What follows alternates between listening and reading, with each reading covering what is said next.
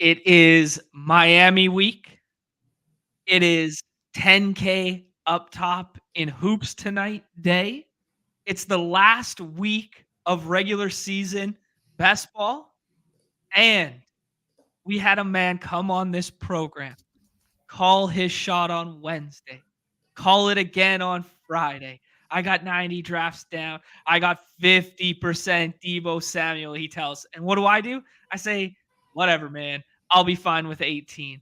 And what does he do? He goes ahead, takes down the bomb. I am going to break protocol, Nez, here, give you the flowers in which you truly deserve.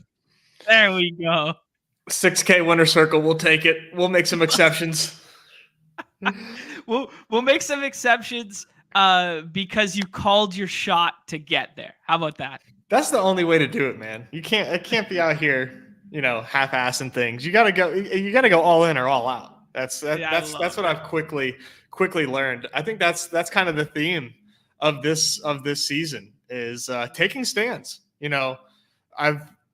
We've heard people say can't diversify your way to a bank, and more I'm starting to kind of feel that in the hoop streets and in these NFL streets. I mean, I'll show my exposures later, but like Debo was my highest owned player, and I took down the bomb. That's very awesome, and I'm very happy about that. But I lost money in the main BR, and I had 40% Debo Samuel. Right. It's just like these games, man. They're fun, and I love the community. You got to be so right to win these things. You got to be so right. It's wild. Yeah, and I think that's kind of where my stance, where we were talking on Friday, there stemmed from. With this year, I've been way more ceiling chasing. Like you have to hit the nuts, right? So even if you get those pieces right, what do you surround it with has to be right as well. Because you look at the Millie Maker winner this week on Redacted, and Zach Moss is in there, Brevin Jordan's in there, like stuff like this, right? And you can kind of get away with it because of what it all offers for the rest of your lineup. Whereas here, man, no, you got to be perfect in every regard, as you allude to, right? So yeah, I do think that's a pretty sharp point. But you've been pretty perfect recently, my friend, and I hope that carries over this week for you, because this is gonna be a really fun week in so many regards. But I'm gonna be love to go through the process with you this week and live vicariously through you as well.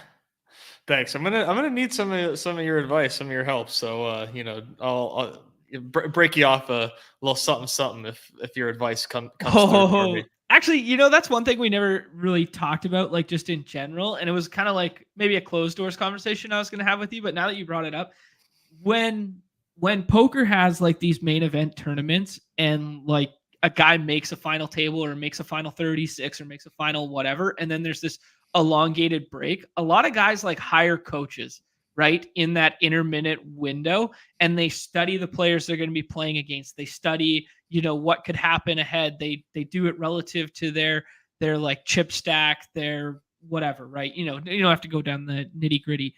I wonder if there is some meta associated with that would really benefit players in this. Like this being the first iteration of the contest, maybe nobody's thinking that far, but like, let's be real, a 1 in 36 chance at like 200K doesn't come around every day. So like maybe some people are going that next level, like, hey, like Leone, what's up, buddy? Like I'll break you off 3% and we'll talk about it. Like, like I don't know. It's kind of interesting dynamic of is that anything that went around your brain yet? Not like looking for consultation or anything. Like the one thing that I feel that I have, the advantage of is like we've done so many drafts that like, the actual drafting itself, I think is like, that's like, I got that. Like I'm skill set. I can, it's a skill set. For sure. I think where I'm at now is thinking about the way that this contest will be drafted and how it's going to be so different than the qualifiers, because of the fact that it's only 36 players. And if you are just, not just looking to finish above bottom 10, but all you have to do is finish above bottom 10, and then you're cashing, a minimum of an extra $2,000. So I think there's going to be a lot more floor drafting, but we'll see how things go. This slate like 3 weeks ago was looking awesome. It's not looking so awesome anymore. Well, I mean, like, who's gonna have the stones in their one $10,000 bullet on Friday to be like, all right, we might be getting Justin Jefferson back here. He's gone limited, full practice on Friday, and you're sitting there on the clock on Saturday morning.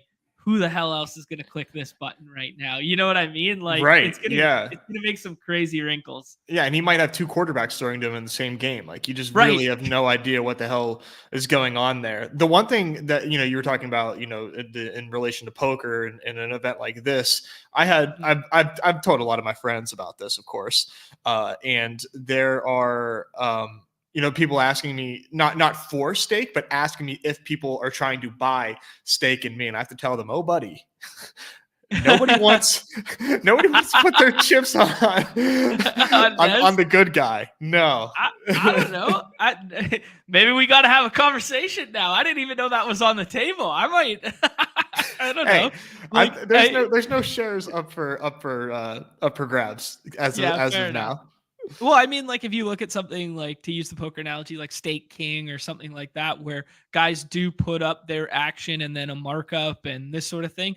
I mean, you could mark it up probably 1.3%, like something like that on like everything. So like, for every dollar you could charge $1.30 to somebody. Mm-hmm. So like if I bought like 20% of your equity, so I could give you like $2,300 for that instead of 2,000. Right. Maybe that's not even enough to do it. I don't know. It depends how many condoms you're gonna wear, buddy. And I'm not sure I want to invest a guy who's gonna be taking Najee instead of Justin Jefferson here either. So hey, if Najee can run into the to the line 4 times at the goal line, maybe we can win via XFP. Chad's dialed. Newmy's mad. Yeah, what else is new? This is evergreen. Yeah, he's got the green. He's got the green active, but it still doesn't feel fantastic. Yeah, because BR just dropped. I obviously haven't jumped in yet, but yeah, that's good to know. Oh, I did not see that. Shout outs to our guy Davis dropping in here. Want to help the rich get richer. There you go. Paying for a nice little draft for us today. Appreciate you. Thank you, Davis. Let's bring up your big win, man. Let's bring up your big win. Let's bring up the BR. Let's talk through kind of what took place. We're gonna have lots of time to talk about this week. We got some fun things coming, guys. But let me see. Boom. Excuse me. There we go.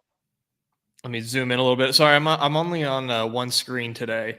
Okay. The apartment is in use as a studio today, so I had to hop downstairs. But yeah. not hot yoga, just a recording studio up there for old wifey. But yeah, here we go, man. This is the big dub, and a little surprised that this didn't have Brock Purdy. But little Tua to Tyreek, Rashad White, Debo, Michael Pittman, and Sam Laporta. So got some big time ADP value. Like Michael Pittman was my last pick. Oh wow. Yeah, got some big time ADP value, and Debo was pick 12. So I did the thing that I was doing all week though. You pushed your guy up. Yeah, so I feel like that's warranted, right? Like if I can get a 6th round Michael Pittman if I'm taking Debo Samuel at the old 2-3 turn. We've talked about the meta of that so many times, where it's like if you just flip the ADPs, you're not actually getting an ADP value. Like you're just getting a slide on the second guy. So in effect, by you pushing up Debo, then people built their rosters the same as they normally would. They didn't let that affect their meta or whatever. And then Pittman becomes the Debo ADP. And Debo, do you remember what day you drafted this on? This might have been Sunday. I think I was actually in the gym getting my the bombs in. Okay. Or maybe that was before I went to the gym. But I think this was Sunday. I did a lot of the bombs. Go to the gym. I did a lot of the bombs on Sunday. That's where I do most of my drafting is on a treadmill or on a stationary bike. Oh, that's good practice. That's habit stacking right there. That's what it is. Yeah, but the Pittman one was interesting because he was sliding a little bit, but Debo was sliding as well in certain rooms. So either of them at the back end of draft, it was conceivable that they could slide to 36. I don't think this is like when I saw this, I was like, this isn't like some insane GM that only he could have ever obtained. I think Yeah. this was just like you taking your guys because a lot of people probably wouldn't have taken. I mean, White ended up pushing up into like the 26-ish range as the week went on, but I can't imagine like people were jumping up and down to make sure they got White and Debo and Laporta in the same lineup kind of deal, right? Yeah, it was just a lot of just my guys in this week, and I will say too, what makes me feel better is that at the end of the day, this was drafted in a $100 lobby, so Mhm. it's not like if somebody's going to let Michael Pittman fall, then you can take that as a signal as high stakes players don't like Michael Pittman this week, or they think he's overvalued in the drafts. But he was somebody that I had in my in my very, very, very shallow pool of wide receivers. And he was there all week for me, but I never actually ended up clicking him because I was usually doing like Tyreek and Debo or Dell and Debo and then double Right. tapping running back. Well, this was one where I almost took Jahmyr Gibbs over Pittman. And thank God Yeah, I see, did I would not. have. I was doing that all week. I didn't take a ton of Pittman. Pittman, another thing about the Pittman that's kind of sharp is it was good leverage off Moss as Moss got steamed, right? That's what I was Because thinking about. yeah. Honestly, was trying to get more Pittman on the Moss leverage because I mean we kind of talked about this a little bit, and this is probably a little too much hindsight analysis, but I really did think that the Zach Moss steam that Yeah. crept into our game just was not correct on this slate because of Mhm. how many viable running backs there were, and I really do think that came over from redacted salary just Mhm. because he was jammed in and it was a great play on those sites because it was almost like getting him to fall in a goal line stand, and then you get access to all these other pieces. Mhm. For me, I just wasn't quite on that, but I Yeah, mean, and then I was, but I Mhm. really dialed back.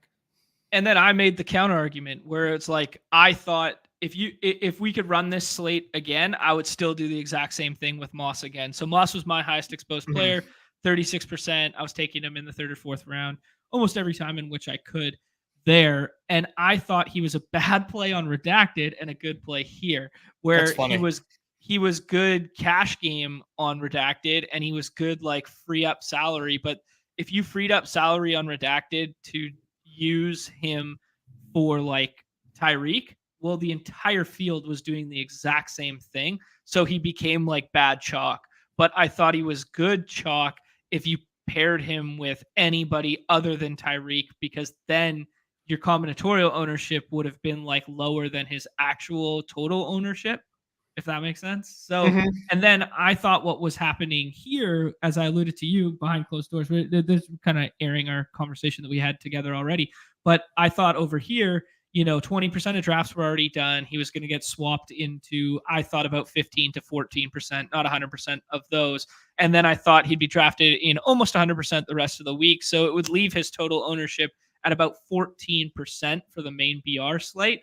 And I was like, if you can give me, 88% of snaps and 9 touches inside the 10 from a running back who was leading the NFL in rushing yards in week 7, even after not being a starter for one of those weeks, like, yeah, give it to me, right? Mhm. I understood like, Tennessee's matchup was really bad at the beginning of the season. Then it was okay. Now it might be bad again. I was just like, give me all that opportunity share. And I didn't see it with, I know you could have Slate Blake ceiling from the Miami guys or from Gibbs or from Henry or whatever. I just didn't see the same opportunity share. So I was like, I'll do it over and over again. I think that one. So yeah, Yeah, I maybe think for me, I think what it comes down to is kind of weighing like range of outcomes sure. Yeah. on our site versus elsewhere. Where like on here, if he had like it was in his range of outcomes to have obviously a game like he did, and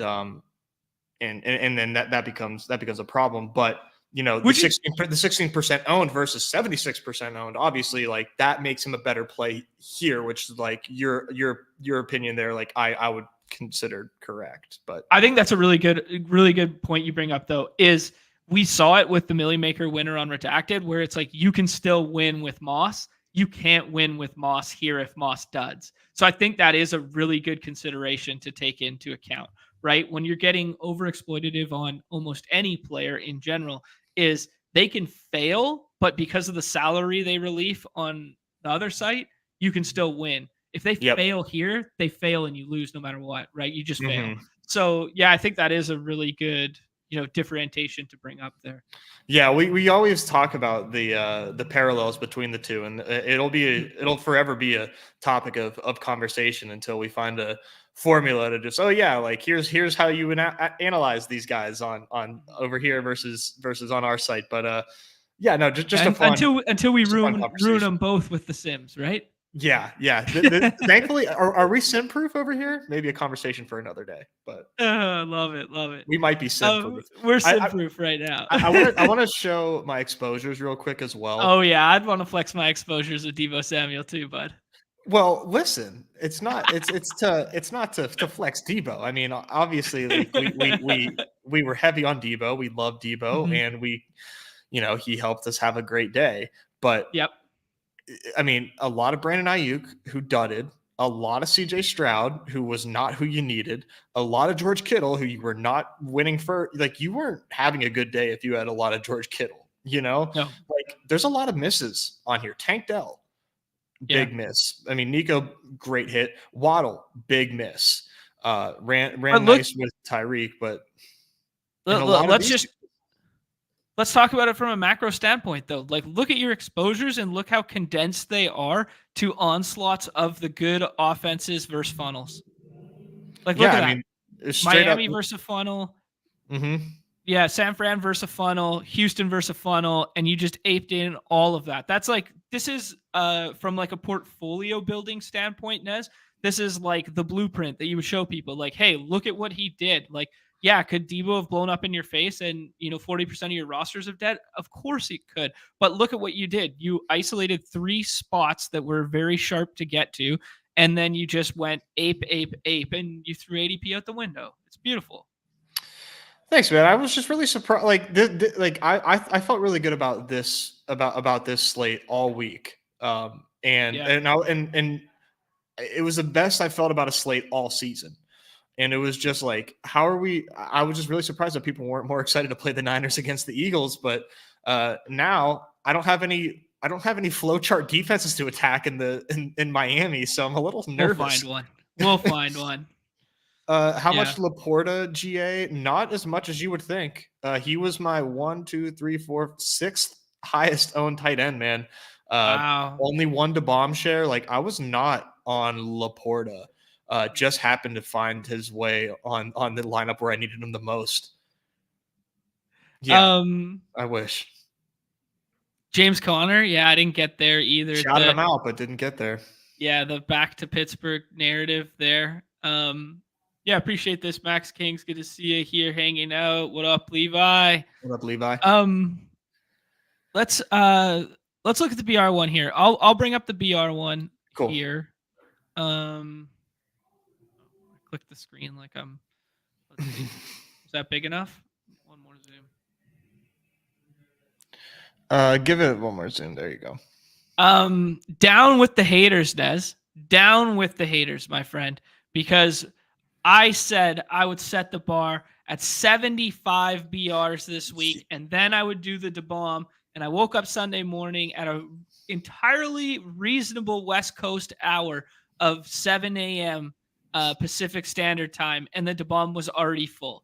I was livid with you people being you, Nez. And but in as such, it allowed me to get a couple more of these battle royales in, and I'm kicking myself, Nez, because we were off of the Chargers all damn week. And then when that Q tag Keenan kept falling, and then all of a sudden Austin Eckler was hanging out in the 5th, 6th round there, or not 6th round, but 4th or 5th round there a couple times. I started clicking, and my dumbass, what a bad play that was. I got duped But into it too, man. Like we yeah, were all every stream that we did on and off the clock. We did our preview, and I just thought that game sucked. I was like, man, I don't see this game. Like I was really surprised at the way that game, that the way people were talking about that game.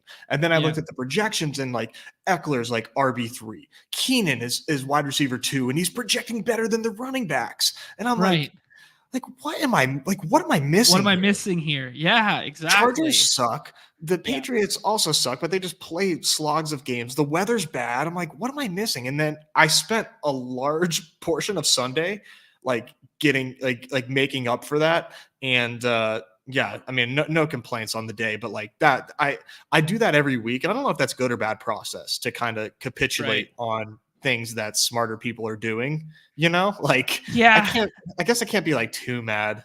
I don't know. I don't know. It's interesting because like it's very strange with like projections and projection models and like doing this stuff where it's like there's no doubt in my mind that like ETR or Stochastic or Fantasy Life can build better projections for football than I personally can. Yeah. But there is an element of this that is just like IKB, man. And if you're not playing that IKB exploitative element, why are you playing? Because if I just come in here and I just copy paste the CSV and hit auto draft, why am I playing? Right? So maybe we do have to just trust ourselves enough to be like, yo, we're doing the work too. We are doing this process. We're sifting through all these resources. Maybe we just have to be like, hey, we are kind of smart, you know, like, and trust ourselves, you know? Yeah, it's true. I guess like I can't, you know, you're going to have misses across a portfolio. I guess like there's nothing, I can't be beating myself up too hard for like, even though I thought that game was awful, like, you know, maybe if you play that game like 3 times, one of the times, like, okay, like Keenan finds his way to the end zone, Eckler scores, you know, like it might not go 6-0 every single time that you run out that game. You know, that the way I play is I'm rarely not the like overly condensed player. That's typically not my that's risk normally tolerance. me. Yeah, that's normally me versus you. Yeah. So trying to switch that up, I mean, has had good results, but you'll also, I mean, it's also not worked, and I find myself in spots where I'm like, man, like, should I never listen to myself ever again? You know? So yeah, it's nice when you hit, but like, you know, these GPPs, man, are just they're a mental battle too. Dude, like, it's the mental gymnastics that we play, man. Yeah, like I'm going to Miami. I'm thrilled, but like I was not having a good season up until this week. Like outside of Miami, either. Like I was taking L's every week in football.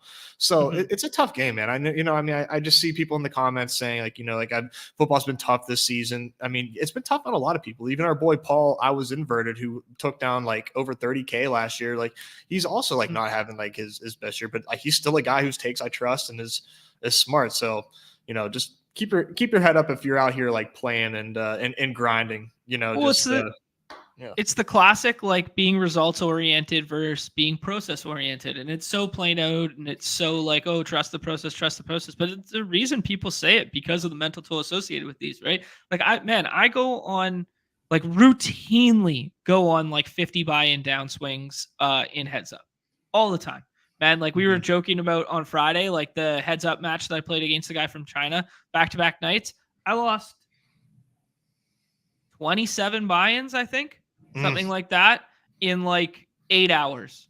Like, yeah, I mean, we're playing 1K and L here. Like it's heavy, man. Like it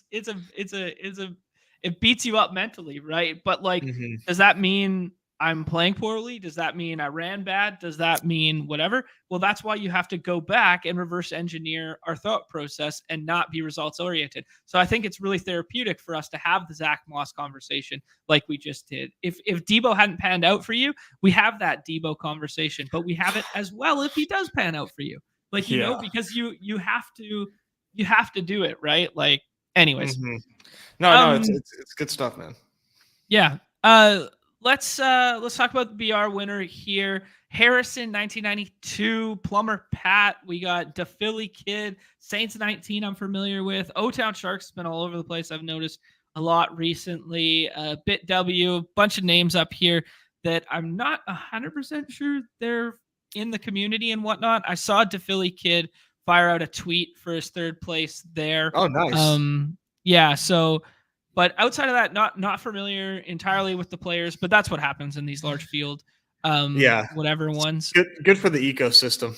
Harrison Oh, absolutely. did not have a badge until those winnings hit too, I will There say. you go, man. It just shows that like anyone can win these contests, right? And dude, just a crazy sharp lineup that I tried to build multiple times and it didn't come to fruition. Where it's like you just get the Purdy with Samuel as the skinny stack. You Yep. run the running back. We've talked about the positive correlation between running back and wide receiver for like these high scoring onslaught offenses on this. And then you get a mini game stack out of Kamara and Laporta. And we talked all week about how we didn't think Olave was going to play, blah, blah, blah. It didn't end up coming to fruition. That Kamara score could have been even higher if Taysom Hill doesn't take a touchdown there from him.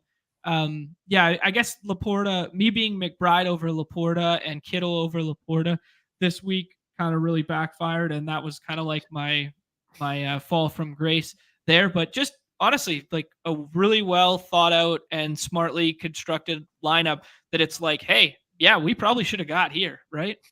Yeah, whether or not the correlation that was done was on purpose or not, this was a really solid team that was logically built that I think anybody could have got to and saw and said, yeah, this is something that I would take. Like, sure, I'll put this in my portfolio. Absolutely.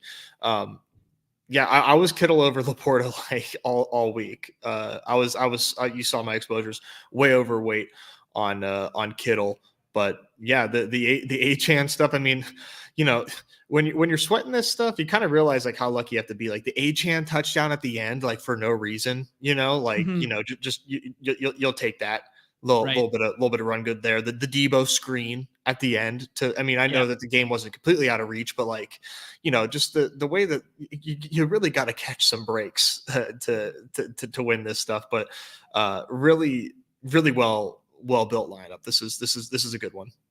Yeah, absolutely. I'm looking at this right now. I imagine it was Tyreek from the 101. Then on the way back, it was Kamara plus Laporta, and then Purdy and Samuel came back for the 4-5, and then his last round pick was Achane at 36. Yeah, that's exactly what it is. I was surprised Achane didn't push up. That seems so doable, man. That seems so doable. It's just in those spots I did it with Tank so much, right? Like I probably have this exact lineup, but with Tank instead, Yeah, and man, that's such a shame because you can play what if, but certainly Tank would have given you at least double-digit points this week. Yeah, exactly. Yeah, here we got this one with the GM of Hertz plus Brown, basically the same lineup, but then instead of Laporta, McBride because I was on McBride over. It's an amazing team. But you got the AJ Brown Hertz. With the Debo man, bring back, I had some really nice teams, but yeah. Anyways, was Purdy your highest owned QB? No, he was second behind Hertz. I was pretty flat at QB. I actually really got on the Baker stuff in the morning. Who's surprised?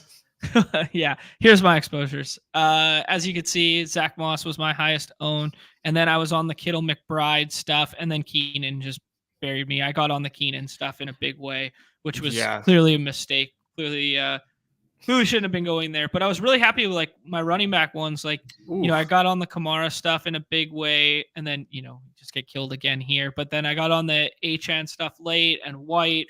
Like I really like my running back exposures, with the exception of Austin Eckler, I guess.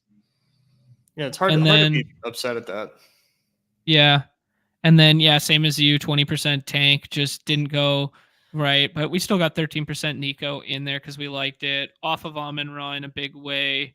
And then same as you, kind of like played the game environment stuff. I didn't like Ayuk that much. I liked Debo more. So I wasn't getting to them at the front end of draft boards. So it led me to being overexposed to Kittle, I think, because that's how I was attacking that game environment, which was pretty unfortunate for our off and on the clock pick'em entry there, because we had the Kittle spice on that one and we had the Debo spice on the other one. We would have taken that one that one home there. So I tried, but it was. I mean, I can't blame you guys for not wanting to ride the guy that was way overweight. I can't blame you for that. The delusion was strong, and I'm wondering. We talked. Everybody mentions the man versus zone splits with Debo versus Ayuk. I wonder, to simplify it, if it's like Debo versus bad defenses, Ayuk versus like stronger defenses. I don't know. Yeah, sure. I don't know. I haven't looked at the game logs, but like, yeah, I don't know. I don't know. Yeah, I don't know either. Why Okay. would you say that? Just because like I feel like why would Ayuk it is matter? like way more of like the pure wide receiver that can beat strong coverage, where like Debo is more like get the dude the ball and let him be a yak god. And if you're facing a bad defense, like a yak god like Debo will just dice a team up and just go nuclear. Whereas Ayuk, you really rely on his like technical skills to beat strong defenses. But Yeah, that's fair. yeah, that's what I'm saying. Eagles are a bad defense. So that's what I'm saying. Like Debo went nuts. Yeah. I was looking at, I can't remember who tweeted it earlier today, but I think it was yards per target as like just like as a stat, like you earn targets and then X amount of yards per target, and it's like Tyreek, Ayuk, Nico Collins. Really? Yeah, Collins like, is a baller. dude, it's crazy. Anyways, I was just context to the Ayuk stuff. Yeah, I don't know. Maybe we got to do a deeper dive on this Ayuk versus Debo because it was so easy earlier this year. Just be like, oh yeah, zone versus man and blah blah blah, and then people brought up sharp points of like, well, maybe that was quarterback dependent, not scheme dependent. Blah blah blah. Right. Sorry, we did that, and then I didn't answer your question. Yeah, Purdy. It was just one entry difference between Hurts and whatever, but we did what we said, and we stayed pretty condensed to like that game environment and the top end there. And then I fell victim to the Herbert stuff because I fell victim to the Allen stuff. And then I ended up with only 5 Russell Wilson teams. I thought I had 7, but 5 Russell Wilson teams. Those must have been your first 5 drafts and then 6 just never Baker again. ones. Well, hey man, if Courtland Sutton doesn't drop that deep ball on the first possession there, he scores a touchdown there, right? So that's another touchdown plus another 70 yards. So now he's at 140 something and 2 scores. And then if on the last play, Russell Wilson doesn't underthrow Courtland Sutton and get it picked off, like Staley made a really nice play on that ball, but it was underthrown, right? If he leads him there, he scores another one. So that's another 70 yards. And then we're sitting here talking about how smart Courtland Sutton for 240 yards and 3 scores is. Des? Sutton was a great play. I do not care. Sutton will continue to be a good play because all he does is catch touchdowns. I hope he starts to carry me in these BBMs here. I mean, he's been carrying me for a bit here. Our resident smart Wu-Tang Kill Beast, St. Debo versus those linebackers. Mm-hmm. Yeah, Copper Price is talking about the defense as well there. That's smart. This is interesting. I'd like to know your thoughts on this, Crutches, is why you would do why you didn't have overlap between Achane and Tyreek. You thought it was like, one or the other as the explosive play guy, and then pairing Mostert as like the run the clock out guy. It's just interesting there. And I think this is a good point from Run Good Rick here, just bringing up that like poker, you can literally see if you're running bad because you have like trackable software that shows your like EV and stuff like that. One thing I will counter with is 2 of the best years of my life in poker, I was like crippling amounts of money below EV and still winning. So like I was winning, but like the disparity, like Nez, if you look at if you look at like a graph, right, like you'll just see like, oh yeah, these are your winnings, and then an EV calc will just tell you like expected winnings or whatever, and then you can see like the disparity between the two. Like, dude, there was a year and a half where I was like hundreds of thousands of dollars disparity between those 2 numbers, and that fucks with your head like in a big way. So it's a good comp, Kiwi Cat, but not like a definitive one, because I do think it's really hard to realize your EV, even though people think they'll realize their EV, because like the nature of these contests, the nature of GPPs on Redacted, the nature of poker contests is we're sold the hypothetical and the theoretical that you will reach your EV if you play good plays. The fact of the matter is, and like the actual practice is, most people in life will never realize their expected value. Like it's a pure theoretic, right? Yeah. So I guess my question on the EV graph, I mean, not to like get too deep into the weeds in that, but it's our show, who cares? How do you know that your expected EV is like 1-to-1 with how good of a player you are? Is it just like assumed? Is it almost like blackjack rules where if you follow these rules, you should expect to have this type of return? It's slightly different because your action dictates your EV. So like you'll run an EV calc based on the action in which you did, right? So you will Okay. definitively know. So like it's not even like hypothetical in terms of like your result, or it's not hypothetical in terms of like, hey, I did this, I should expect this result. It's more like I did this, I should expect this result. If that makes sense, Gotcha. right? Gotcha. Yeah. So Yeah. like way more basic than like what I'm thinking. It sounds like. I guess so, yeah. So it'd be like if I put in like, we each have $100, we both put it in the middle. The pot will be like 199.50. The 50 cents goes to the rake. Then, you have aces and I have kings and I suck out for a king.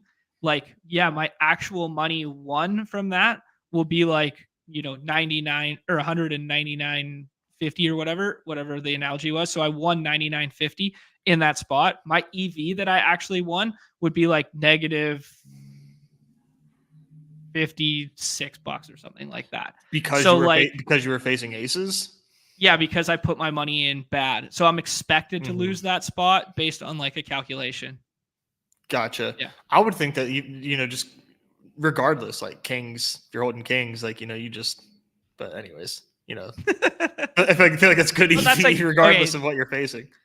Right. Yeah. So that's what we just call cooler. So like your EV Okay. is poor in that spot once the hands are turned face up, but you're never not putting it in with kings there. So it's just a cooler. So like you could do that in theory for the rest of your life and just lose kings versus aces, and it's just like totally fine. But if other guys win more kings versus aces than other guys do, their actual money made is way higher than the EV that they actually gained.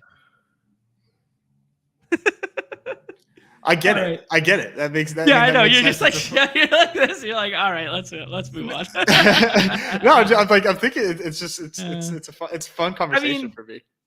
Turn me up's like onto something here. It's like now that there's optimal frequencies for actions based on spots, like solvers ruin poker in the same capacity that sims ruin DFS. Like from a purist standpoint, he's correct.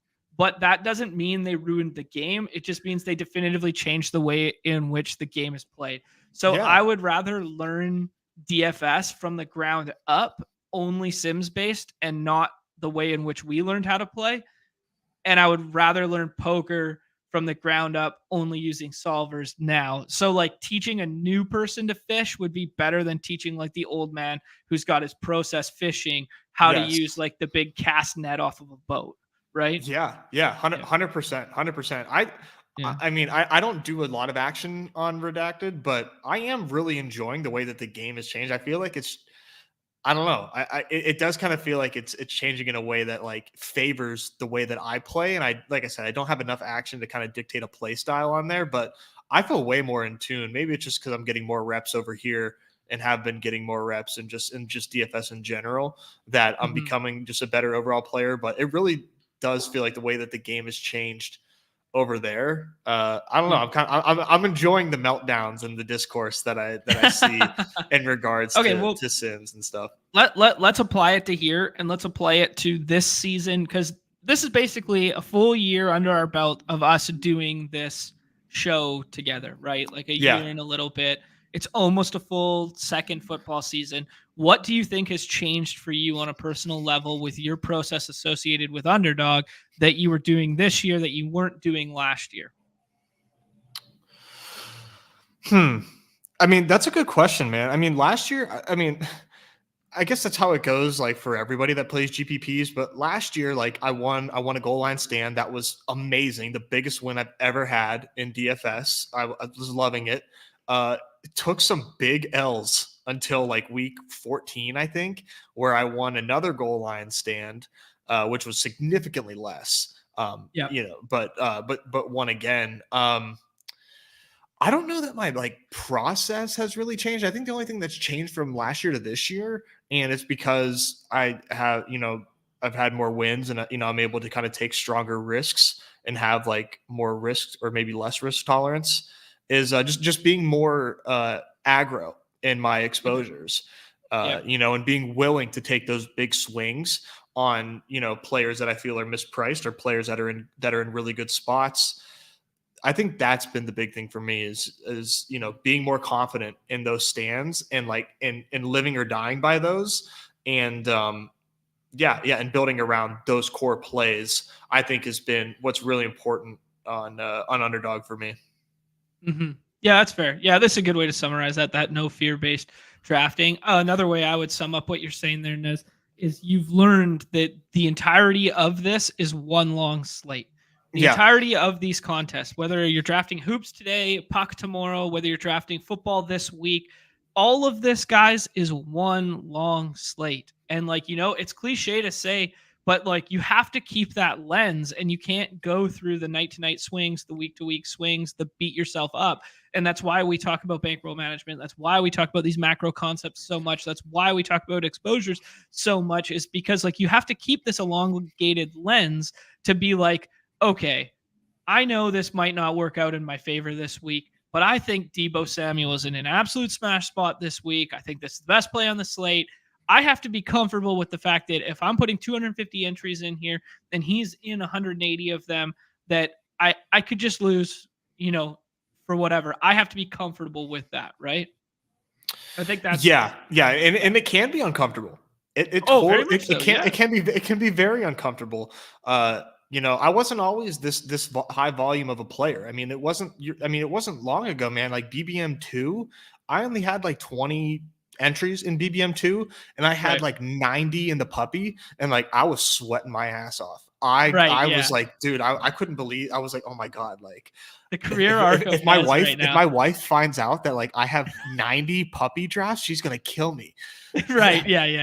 Fast forward to this year, and I'm like, it's just kind of crazy the way things have changed. I know I'm not alone. This is so good. Gone from like 5 cent, 10 cent online to like, hey, now we're playing like $50 online, and you're like, yeah, here we go, baby. Like you're moving up the stakes right now. I'm buying Nez stock.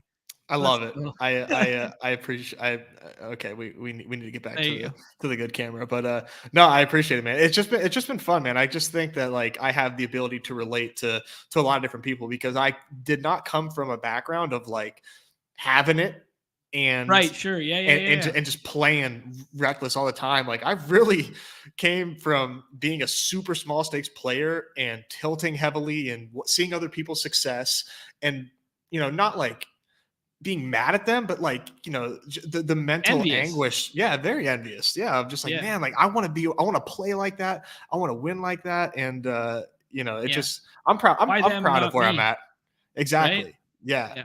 Yeah. So I'm proud of where I'm at right now with my game. Yeah. Love it. Let's talk about the slate tonight. I begged and I pleaded, and I said, no matter what happens, just make sure we don't get another Tony redacted island slate primetime palooza again. And sure as fuck, what do we dole up again? Another Tony redacted one. And I just can't bring myself to do it anymore, Nez. I've only done 5 because I'm just like, I have no idea what to do with this guy. He's breaking my brain. But you know what you do? What do I do? I mean, you don't take Tony. You know who you take? Who do I take? Take Big Zeke, baby. Big Zeke and Tony, the same dude now. Now we get a slate with both of them on it. I love the angles here. If you like Zach Moss, you're going to love 20 touch Ezekiel Elliott against the Steelers. Let me tell you, son. Yeah, and we have no idea who's going to be playing quarterback for them. Oh my god, it's incredible. Yes, thank you. Do us a favor, hit that like, hit that subscribe, that notification. Please consider becoming a member on the channel too. We keep threatening paywall stuff and it's coming, guys. No, it is. It is. Like let us get past Miami, and then Yeah. you're gonna get a ton of behind the paywall, like Yeah. unhinged streams with funny thumbnails and whatnot. It'll be very like impromptu and like we will have a schedule, but just expect us to really just kind of blast off on the members only streams and content and whatnot, and probably some premium Discord stuff to Love it. get away from from some areas of the servers, but neither here nor Cool.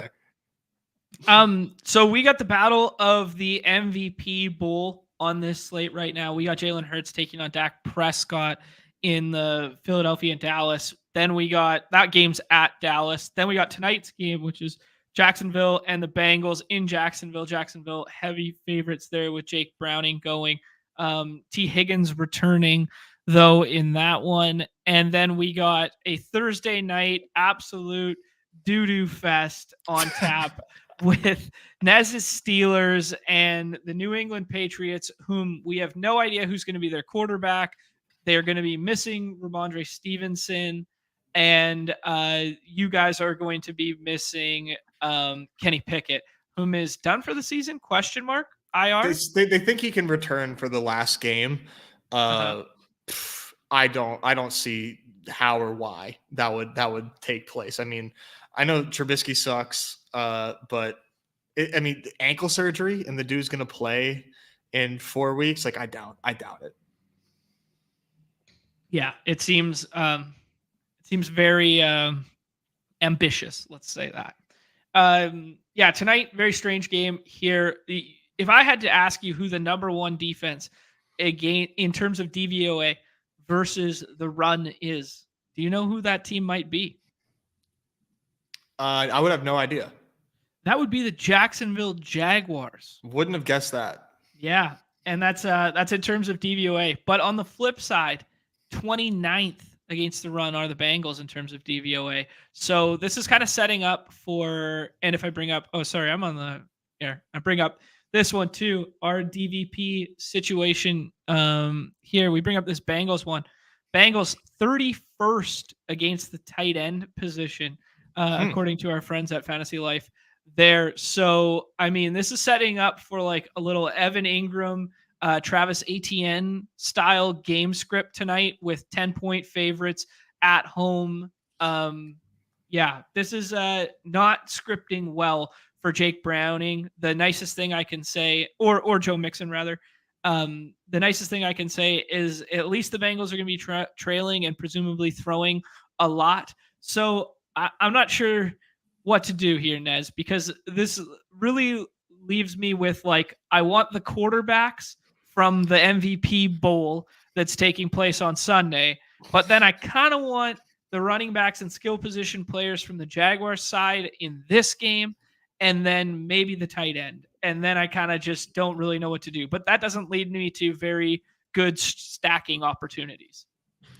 No, it doesn't. But I mean, I tell you what, man, Dak Prescott might be my 101 in this contest.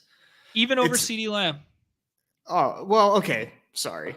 Let's CeeDee Lamb's gonna have to be 101. But yeah, Dak Prescott is easily 102 for me. I mean, it's the flow chart. It's right. It's they're in a dome against the Eagles defense. I mean, I don't really need to say much else. Like, I think Dak Prescott is like, I saw somebody on Twitter kind of say, we can't do MVP odds on this, but just like, playing this game, whereas like, if you think you have a lean and who's going to win this game, play it through the MVP odds because it's Hurts versus Dak right now. And right, I just think Dak's going to go absolutely nuts in this spot. So I'm really, really, really into Dak there. And and I'm dead serious about the Zeke stuff, by the way, like dead serious. Yeah, I mean, he's definitely on the scroll list here because he is buried, and Ramondre had a D tag and was still going ahead of him. I think they have since removed. No, Ramondre still has the projection up here. Yeah, he is. He's buried down here. If you want to have some leverage, um, I want to talk about a couple things. Do we think Kellen Moore is just fake sharp now? Dude, there's something about the Chargers. Something about the Yeah, Chargers. yeah, I don't know. yeah. I don't want to call him fake sharp, but like I think I owe Mike McCarthy a lengthy apology. Yeah, More so. that's actually the best way to frame it. I think we were too harsh on McCarthy and maybe a little too high on Kellen Moore. I don't know, man. Like I threw out a tweet that nobody liked on Sunday there in the middle of the games.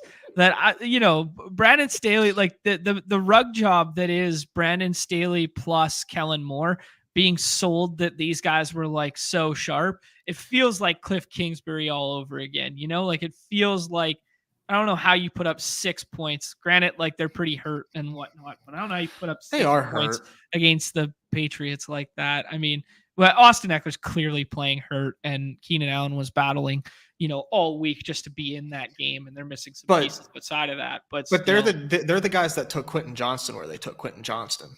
right? I mean, yeah, there you go. Quentin drops done. Yeah, Drops done. Dennis gets it. You tweet a lot. don't we all, GA? Let's not judge not.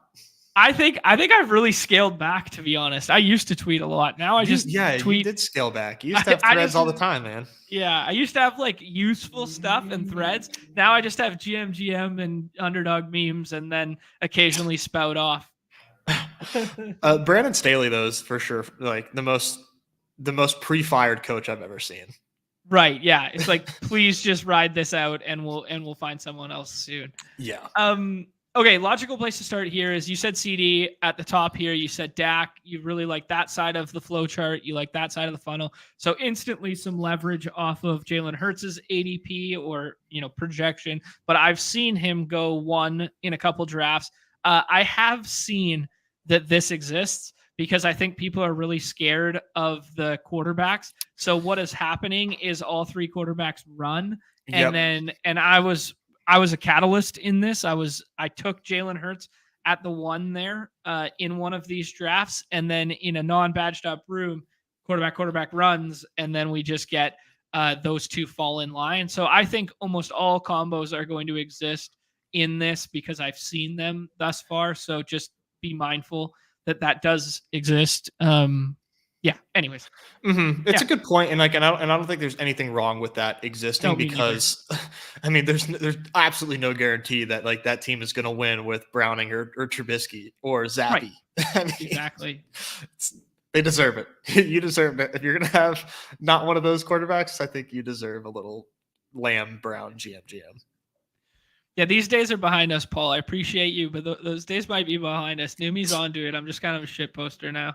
I'm a poor man's Pete on the X these days. Yeah. Okay. So let's talk. I think it's easiest to talk position by position. So you alluded to putting up the Dak there, putting up Hurts. Will you be putting up Trevor Lawrence in that tier and not wanting to be the last guy caught with your pants down at the quarterback position? So I think I would. Now that we're kind of talking about this out loud, because I haven't drafted this iteration of the Primetime Palooza. I did last night's. Okay. Thinking about it more and more, I still think I might go back to Dak 101, just looking at these quarterbacks, to be honest. But I would take Lamb over Trevor Lawrence. Okay, that makes sense. Yeah, sure. But like after that, then yeah, it's Trevor Lawrence for me. I am like the guy that's scared. I'm the guy that's scared of these bad QBs, but if it happens, it happens. I would do everything in my power to not end up with one of these top 3 QBs. Okay.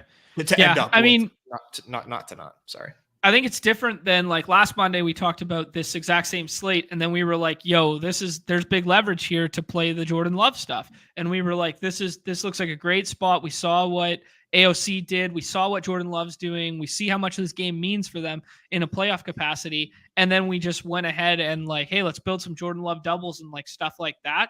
That makes a lot of sense. I don't see the same thing here. I mean, you're never going to get a cheaper Jake Browning like double stack because both Chase and Higgins are pushed down there, but I have Yeah. no idea what that target tree is going to look like with these guys returning. They had 4 tight ends play at least 25% of the snaps last week. There's just like there's the biggest narrative I could spin is Jake Browning is excited that his Washington Huskies are 13-0 and going to the playoff. So now, I love that now narrative. he's gonna ball out. Yeah, he's I balling actually- out for the dogs narrative. I love that narrative. I mean, I will say Browning is definitely the guy that I'm taking if I'm locked out of the top Right. 3. I mean, he's easy to stack, and I mean, I know he hasn't had a great showing thus far in his professional career, but I know the evil that I do know in Trubisky and Zappy is one that I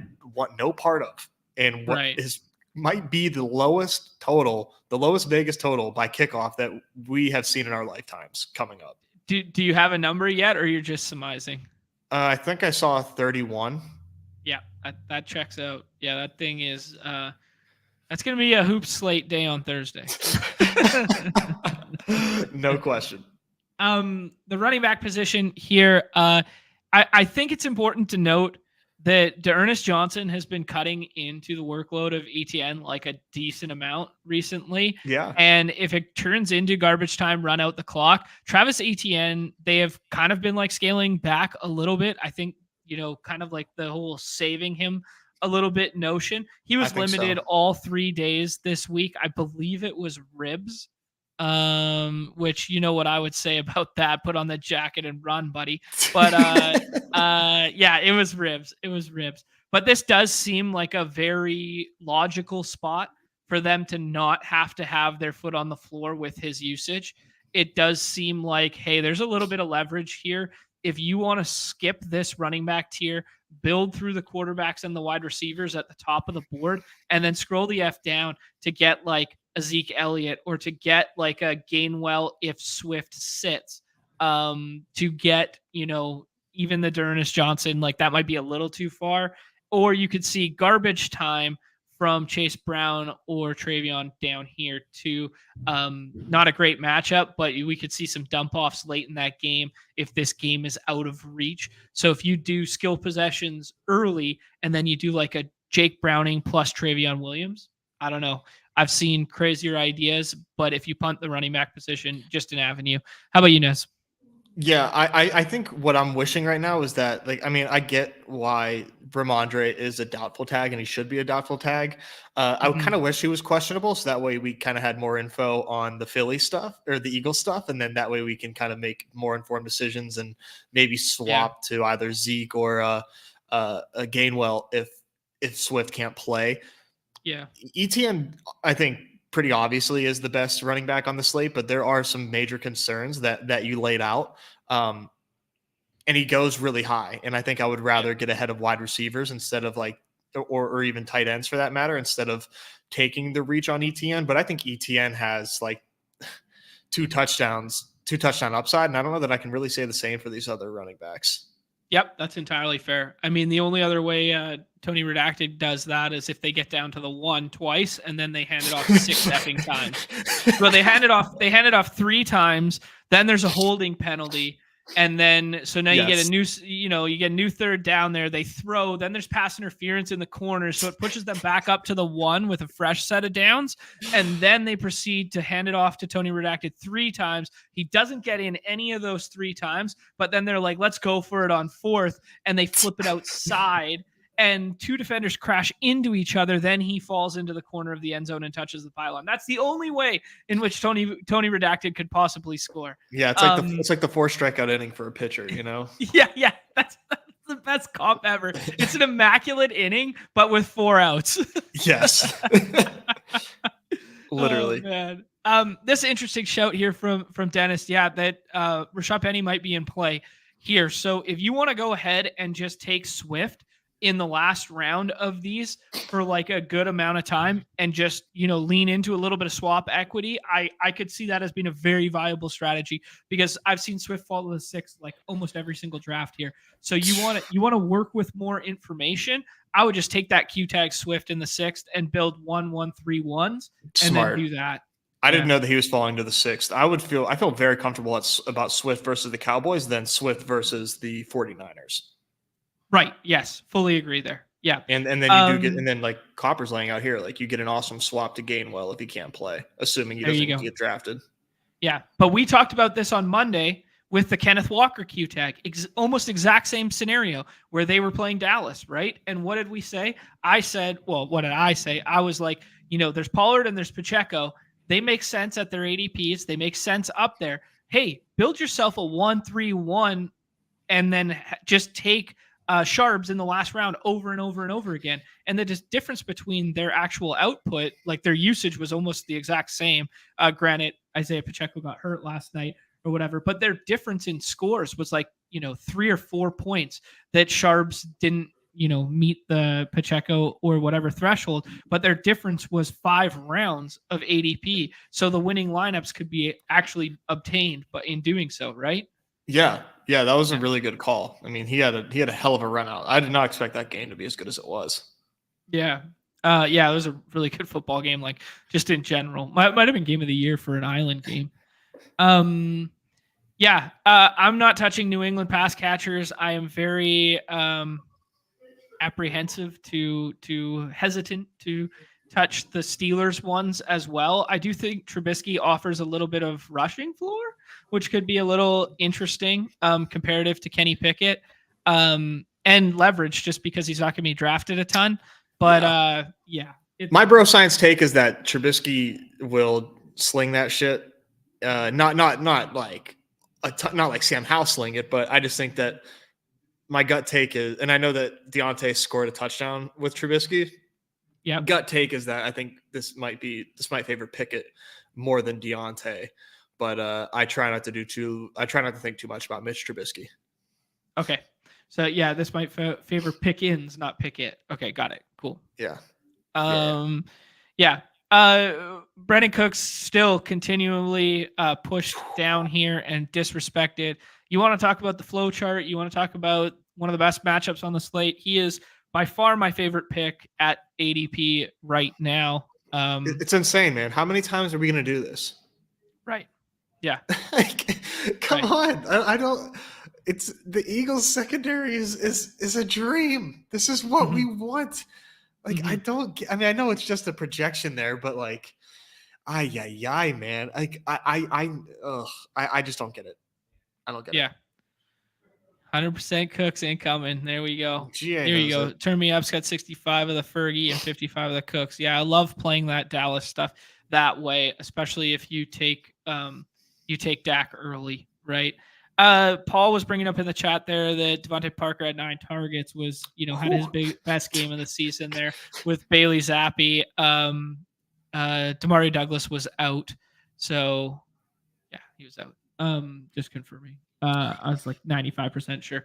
I don't know if we need to go this far at the pass catcher position. I think the scrolls this week for me are at the running back position. For sure. Yeah, it feels very similar to last slate where like there's such a haves and has nots at wide receiver, and I want to have all of the good guys as possible. And I mean, running back just doesn't separate at all once again. But tight end does, and I think give me a little Fergie Ferg.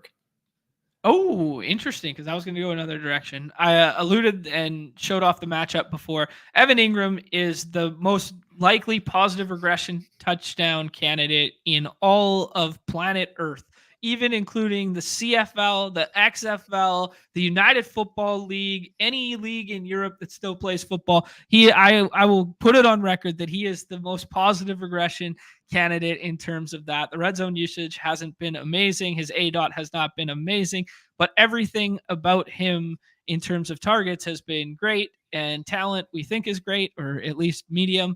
And tonight, as we alluded to with the positional strength on one side versus the other, seems to be a very good matchup for him this evening. So he is the one in which I am prioritizing over some of the running backs and some of the wide receivers in the third round there to get exploitative over the field. And he's the easiest Trevor Lawrence stack because if you go like Lawrence and AJ Brown from like the 104, like he comes back around almost every single time for you. And you can just get that skinny stack with it. I like him tonight. I Yeah. like him a lot. I definitely like him and Ferg over a lot of the running backs that are there. Like I'm definitely prioritizing tight end there because I don't want to be locked out and left with like Fryermuth or Henry or one of the 5 Cincinnati tight ends that are apparently on the active roster. Yeah. No, thank you there. Yeah, the interesting one here is Goddard. I was just pulling up the practice report from this week because we did the back and forth on him. He had a fractured wrist. It's listed as a forearm injury here. He went DNP. He had the D tag during the Battle Royale, and then he came back and was limited on Friday. And there was like this brief moment of like maybe, yes, maybe no. It's pretty quick to come back from that. But we did see JSN, very similar injury, come back pretty quick at the start of the year here. So I think our natural assumption is when you hear like fractured or broken or whatever with an arm or a wrist, you're like, oh man, there's no way this guy's playing ball. And now all of a sudden, I think he has a legit chance to play ball, especially with this game meaning so much for the MVP race, for the divisional race, for home field advantage in the playoffs, and coming off of I could call it embarrassing loss to the 49ers. Like the 49ers are obviously a really good team, but they got manhandled by the 49ers there.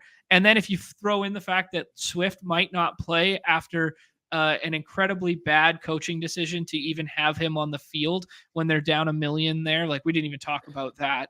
I think Dallas Goedert for me is a priority over Pat Freiermuth right now. Yeah, he has to be unless there's bad news. Like, and we only have 1 day to draft these, so you get a swap. He's worth the risk. Yep, fully agree there. Yeah, I don't mind this. We don't talk about that here. Yeah. This is Zay Jones night. So real quick, sorry. Yes. I know since we're like kind of done with this slate here, a little bit of foreshadowing into next week. Okay. I did my little guessing game. Can I click a draft while you do this? Absolutely, yeah. Okay. I did my guessing game on spreads and totals. And I've never been so off on multiple games than I have this week. Okay. And Lions at Bears, what do you think spread and total is? Lions at Bears. 43.5. Lions 6.5. I said Lions 10, 42.5. It's 4.5, 45.5. Yeah, so I was a bit closer than you, but add 2 points there and add 2 points to that. Yeah. No, that one checks out for me. I think we understate the potential bad field, the weather, and like that kind of mindset around at Chicago, and that team is considerably better in the dome in whatever. Yeah, that's true. Yeah, probably the Goff narrative there. I was really surprised that was only 4.5. Who are you going with? We got the influencer 101 here. Let's do the CeeDee Lamb thing. I like your Dak idea, but let's do CeeDee Lamb and play that game through CeeDee Lamb as being like the piece you need. CeeDee Lamb could have blown this line out of the water. Like he had 17 targets, 12 receptions, 116. He had the 2 rushing attempts as well. He had the touchdown. He dropped a touchdown, which is very uncharacteristic. An absolute perfectly thrown ball by Dak there up the seam route. Dude, that line... Dak looks fantastic. Yeah, Dak does look fantastic. Another game that I was way off. Rams at Ravens. Rams at Ravens. Ravens coming out of the bye should be decently healthy. I wonder if they get Humphreys back. Rams at Ravens. I'm going back to the well here. 45.5 and 5.5 Ravens. 44.5, and it opened at -7.5 Ravens. Yeah, I like that. I thought it was going to be way tighter. Based on the way that the Rams have been playing. But Yeah, I guess I forgot. Ooh, You know, line down Ravens to 3 already. for that Lions game. That's insane, man. Wow. I mean, I love the Bears. You know, Yeah. I love my NFC North teams in general, We are but definitely Bears apologists around here. we certainly are. We'll see how that ages. Those were the two that I was the other one that I was way off on. Jacksonville at Cleveland. Jacksonville at Cleveland. See, these ones are hard when Jacksonville hasn't played tonight yet, and you True. don't know like how But they have healthy an they'll opening, be. but they have a line. Flacco looked okay, man. Like Flacco looked all right. He threw a bad double clutched interception at the end there, but like they were in It's at that the ball end, yeah. game. Yeah. This one's gonna be lower than we give credit. Damn, we almost got a quarterback. Yeah, kind of giving that it would have away. been fun. That would have been amazing. Okay, I think we play this one through redacted. Yeah, I guess you kind of have to, huh? Yeah, we do the running back wide receiver stack and then be like Dak's not the guy you need. Lamb at the one, Lamb down at the 1. Yeah, Lamb down at the 1. Yeah, exactly. Thread that needle. We could do Devonta on the run back. We could do Chase because we have to do Browning, but we don't have to do Browning either. What do you want, Devonta or Chase? Chase. Okay. No, I meant like we're pigeonholed to him at quarterback. Gotcha. So like taking him means at least we'll have a skinny stack, but we didn't have to do him too. We could do like Trubisky or something and make this one like weirder. Okay, yeah. Browns. Sorry, let's go back to you lost your camera again. I know. We're gonna have to do the default FaceTime camera. Browns versus what was it again? Jacksonville at Cleveland. At Cleveland. Could be a weather game too. Jacksonville's got a low-key good defense too. That could be a little defensive slugfest here. 39.5. Jacksonville 1.5 road favorites. Oh, wow. I thought Jacksonville was going to be a 7-point favorite. Yeah, that defense is good, man. And Myles Garrett's going to be Defensive Player of the Year. Their defense is good, but they just got – I mean, I consider Jacksonville's defense to be extremely similar to the Rams, and the Rams just hung 36 on their heads. That's true. That's fair. It is at Cleveland though, and like our resident ball knower Matt is saying, way better at home for Cleveland. Yeah, but 39-point total. A lot of these totals are really low. 39. I fucking nailed it. Yeah, it is 39. What was the spread on that one? 3. Oh, okay, 3. Yeah, I haven't road checked. Favorites. Yeah. I haven't checked Bills and Chiefs yet, but I have a guess on Bills and Chiefs. I'm wondering what you have for Bills. Okay, let's make this pick and then we'll do Bills Chiefs. Okay. Very interesting here. We could do Mixon and kind of go like onslaught. We got froze out at tight end. Nobody's going to go double tight end. Did we get froze out? Yeah. I think this has to be Mixon unless you want to go Trubisky double stack. Why can't it be Higgins? Okay. No. I hate it. I hate it. If we're already so much, Nez. If we're already putting our hopes and dreams on Browning, it's like, why not? It's like you said, man. Browning can carry one. Onslaught he can't carry 2. I'm doubling down on Browning whenever I'm left with him. You're doubling down with the Higgins plus stack? Yeah. Oh yeah. Okay. Bills at Chiefs. If you showed me this lineup 3 weeks ago, you'd have been like, wow, this team's so nasty. Yeah, Neumy2's canceling the shit out of this. There's no way this is surviving the cuts. Oh man. Okay. Bills at Chiefs. Bills at Chiefs. Ooh, this one means a lot too for the Bills AFC playoff. Gotta have it. Gotta have it. 49.5. No, 48.5. Chiefs -3. 47.5. Chiefs Yeah. minus 2.5. Man, I had should I 49 and just a make a half. book? Dude, Rotorunsbook.com. we're on the money, man. I had Chiefs minus 4.5 with the 49.5 total, but that was before the Chiefs lost to our MVP Jordan Love, who we have been giving The love people's to MVP. all season long. I mean, we apologize for every quarterback, but Jordan Love was one that I was certain was a baller, and that dude was hooping last night. Yeah. Oh my God, did you see some of those throws he made? Yeah. It's a real Unbelievable. shame that I think we're gonna miss Christian Watson again, because it really looked like he was just coming back into his own these last few games. They were finally building that connection, man. And Yeah. I unless that turns out to just be a bad cramp, that looked like 8 weeks. Mhm. I gotta put one guy on blast right now, Nez. Uh-oh. This Gut P. Gut P has been out here in the streets recently a whole lot. Been having a little bit of success. I've noticed a little bit of success in the NBA streets and stuff like this. He is a dirty, good for nothing, non-plane pusher.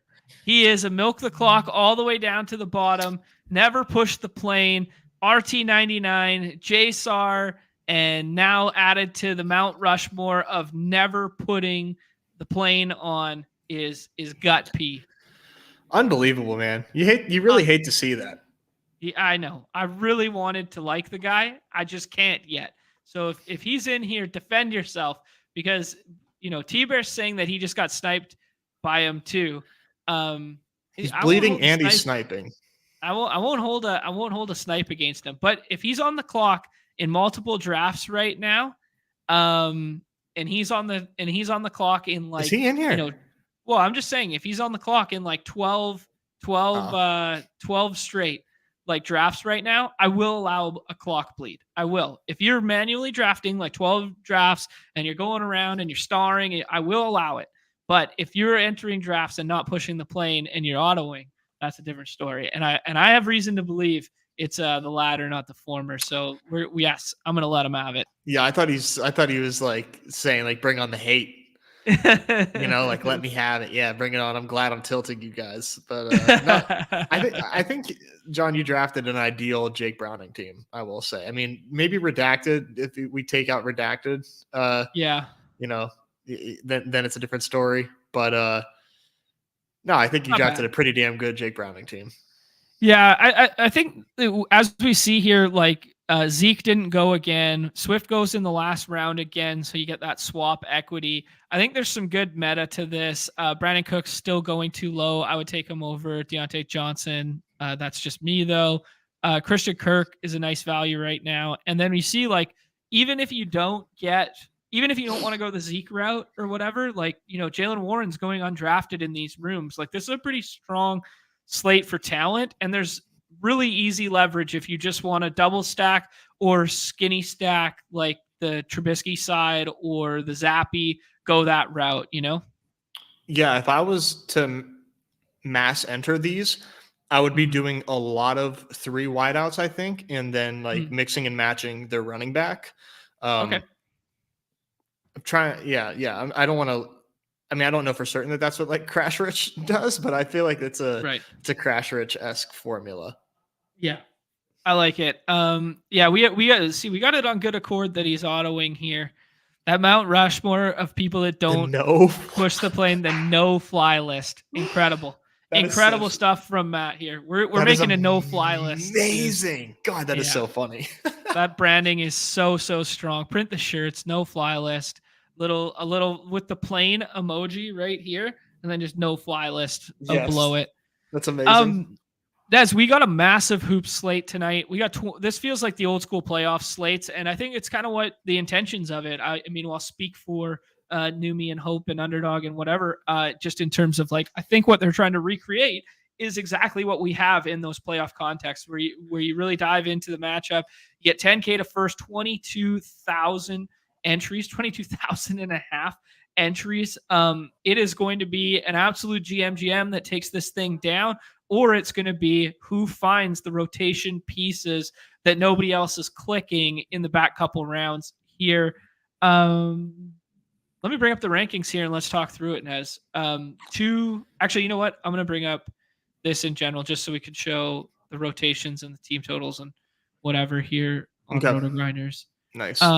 We got two relatively high scoring games. We got a really interesting matchup between the Celtics and the Pacers, where it's like traditionally Pacers being a super pace up spot, Celtics being a good defensive team, and like good defensive team plus playing slow. So it's kind of like a what gives matchup. And in our mind, we always go to the Pacers side and be like, oh, no, everybody's just going to run and gun out here because that's what we want to happen.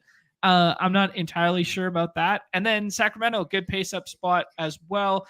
And the Pels dressing their probably healthiest lineup of the entire year. I think it's they got CJ McCollum back now after 2 games. Trey Murphy's back. Did he sit last game?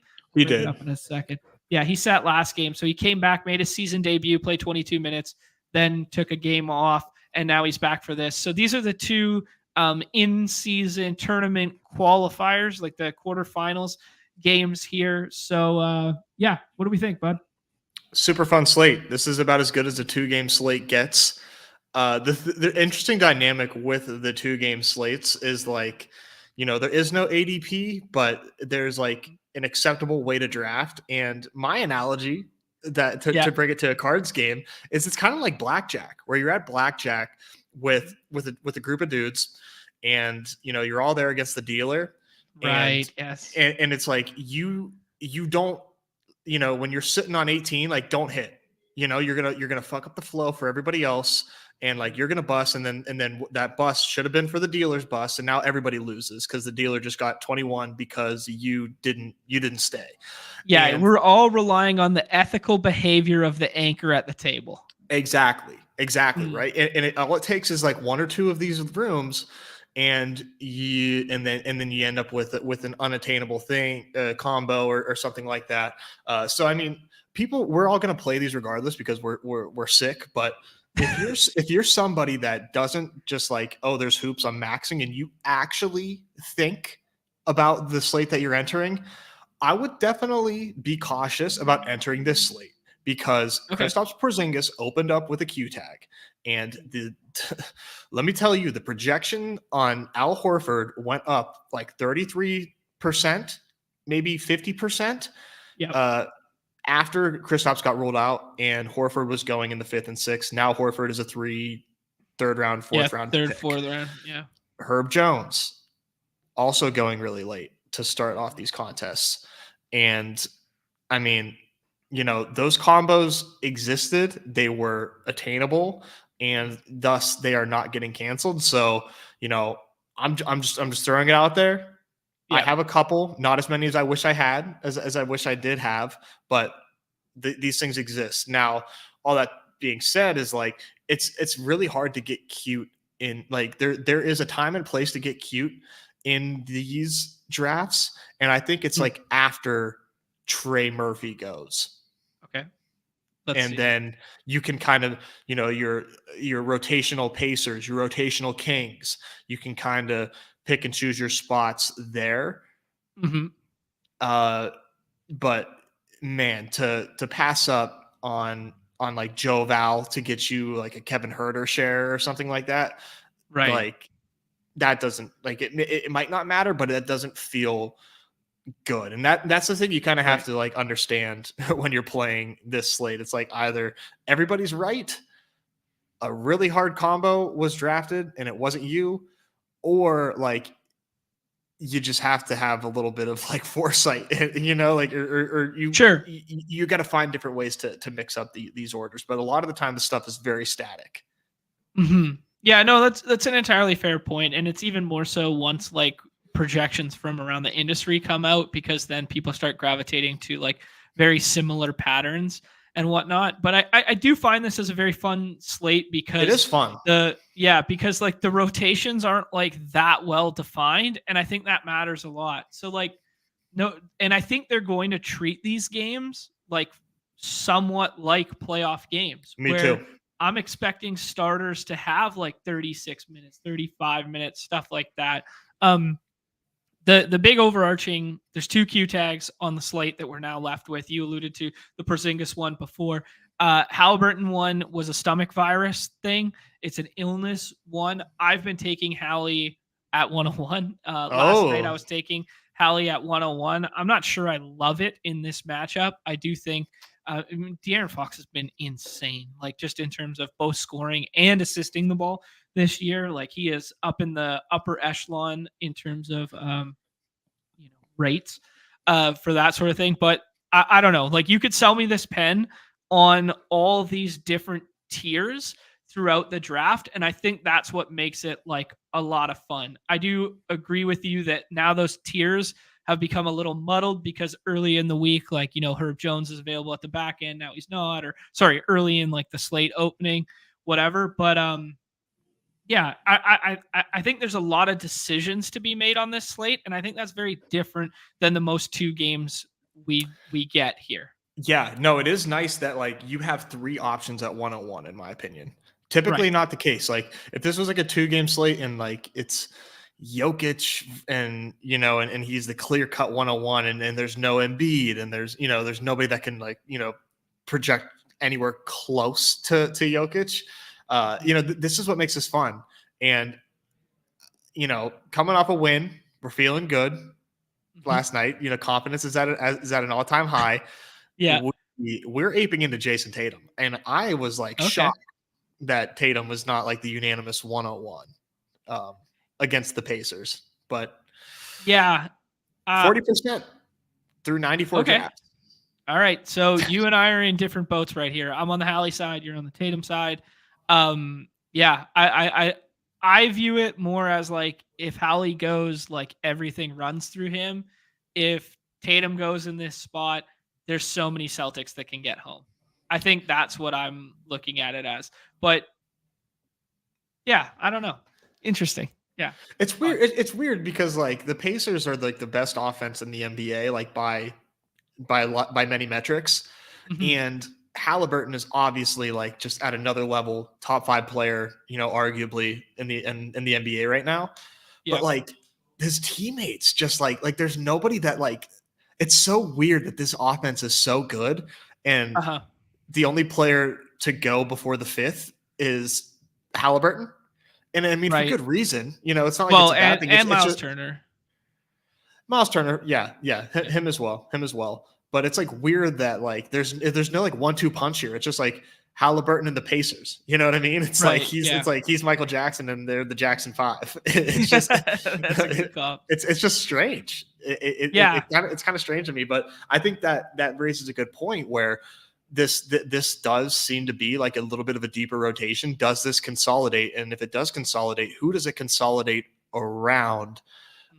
We've got a Obi Toppin Q tag. I don't really know. I think what's going on there, but yeah, it's an ankle for Obi Toppin. It happened last game. Obi Toppin has been playing. I think it's crazy to have a slate and be like, oh, Obi Toppin's a focal point of it. Obi Toppin is the absolute focal point of this slate because the trickle down economics of where his minutes go really matter.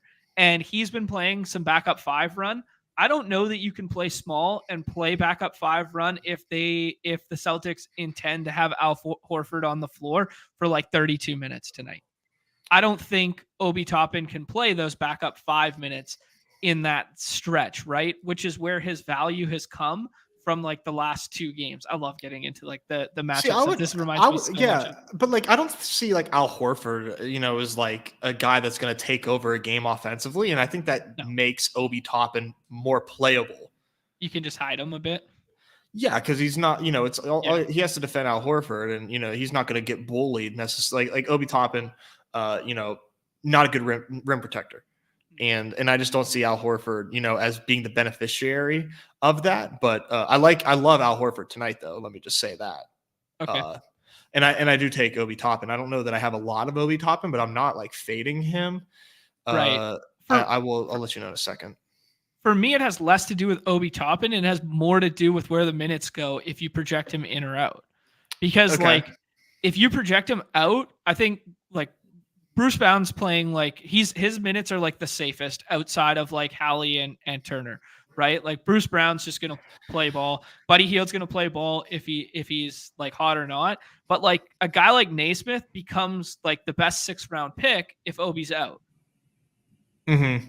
Because now he jumps into a starting role. We've seen him jump into a starting role, like blah, blah, blah. And like you're getting 6th round, you're getting 26, 27, maybe a ceiling of like 28 minutes out of him. And that's like a lot compared to like some of the other guys you're drafting in the 6th round in, you know, Sam Hauser and Peyton Pritchard and these kind of names, right?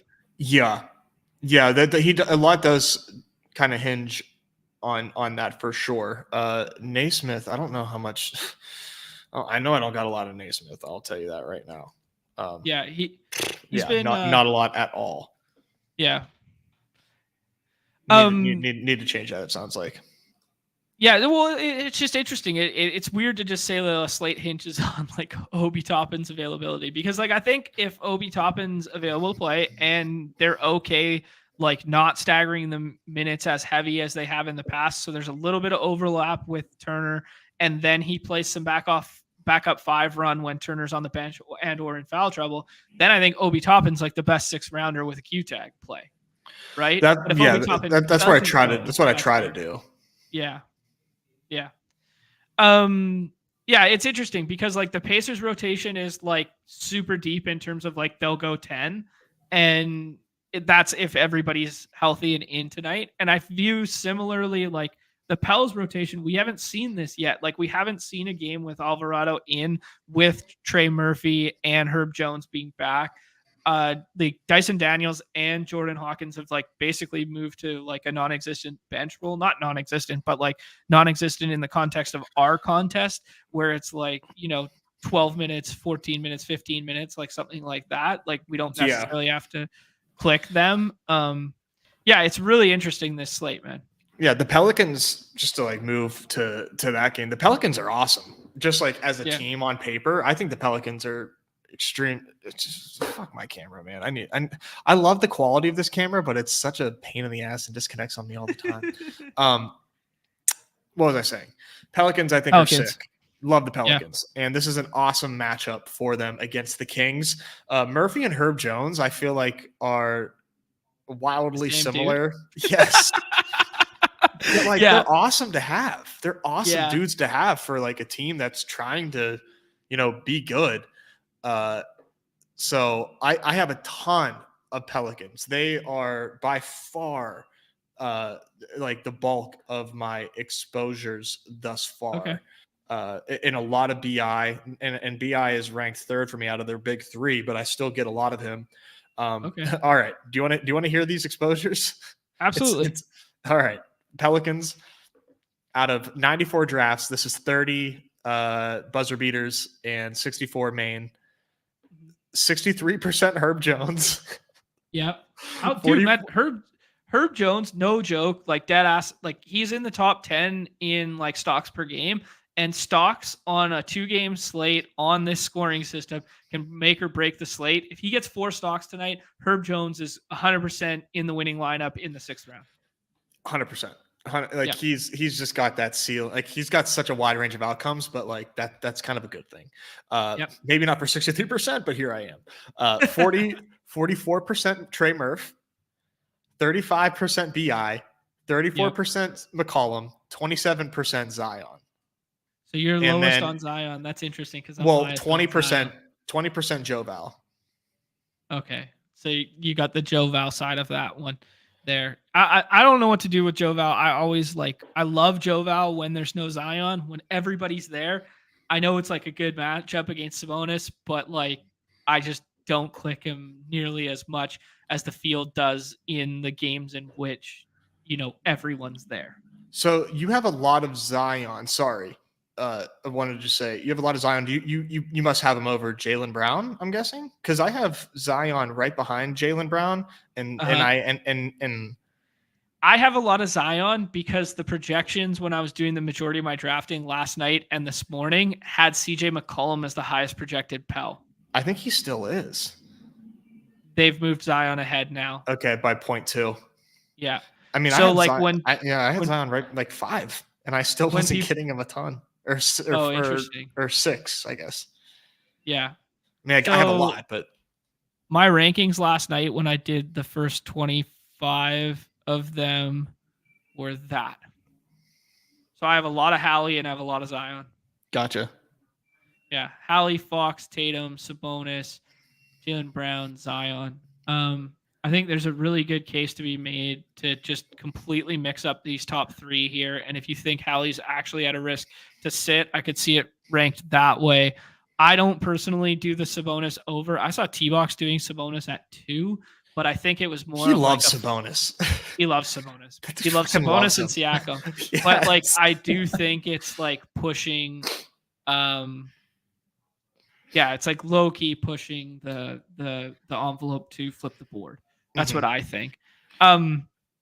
Yeah, Pels are stacked when healthy, and like They there's are. like it's interesting because like if you play this like a playoff game and you condense the rotation and you do what they did with CJ McCollum last game, like CJ McCollum he's been back for 2 games and then he took one of the games off in between, right? Am I Yeah. misremembering? No, yeah, Yeah. no, he took the other one Well, yeah, but after. played But 38.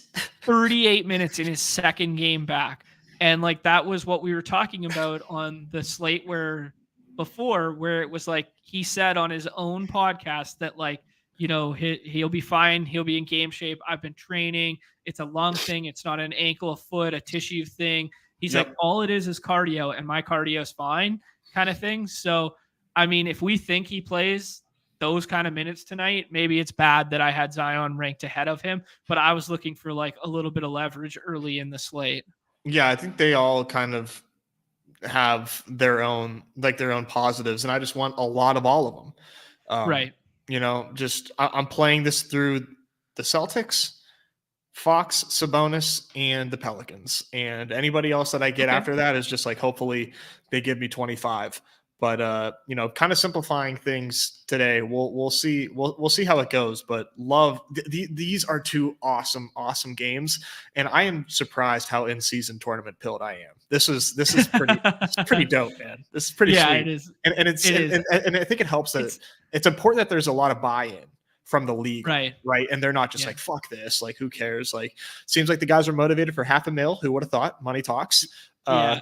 And they made a nice little trophy there, and I think guys are like the one thing it does kind of suck for is 2 game slates today and tomorrow, but like these are fun to talk through, so they're good. they are, yeah. Like, I mean, but it kind of helps put more spotlight on it though, so that way it's not like, oh yeah, mm. these are big in season tournament games, but they're also but smattered they're also among. And it kind of it's like a pseudo break for the teams too. Okay, like you just started the season. Where like an eighth of the way through or whatever, like let's like give you a breather and get guys healthy, and then that helps with the lack of rest games down the road, because it's like here's your built-in rest for the in-season tournament. Yeah, well said. Okay, let's talk about the tiers, because I do think tiers govern this slate. I think it's these first 4 are just kind of like in a tier of their own. I think the field is going to put Jaylen in this tier and make it 5. I don't think he belongs there, but like let's just say for argument's sake, it's this 4, right? Yeah. Yeah, the Fox, Tatum, Hallie, Sabonis, you can mix match, do whatever you want there. I'm Hallie, Nez is Tatum. Is that fair to say? I'm sticking to the Tatum play. Okay. And then do you have Fox over Hallie right now? Mm-mm. Okay. So you like this game and then the Sacramento stuff. Yeah. Okay. The next tier here, because as projections have changed and as industry projections have come out and stuff, I think you can do this next grouping kind of any which way. I view the next grouping. I don't think Derek White or Holiday are in this tier. I think a lot of people think Derek White is in this tier based on how people are drafting. People have Derek White up at like 9 or something. And that kind of makes sense if they're going to treat it kind of like a playoff game. They don't want to stretch the rotation too far. And he finds his way to 36 minutes with good, solid defense. Like, he's a good rebounding and good defensive guard. Yeah, he's a great play. I just don't have him in this tier. This is a distinct tier of its own for me. Like very, very cut and dry. Yeah. I'm in lockstep with Crutches here. I do agree with this. Like Jaylen definitely has the ceiling. If you're gonna bet on a dude to show up, and come out in a game though, I'm betting on Tatum in this spot, not Jaylen Brown.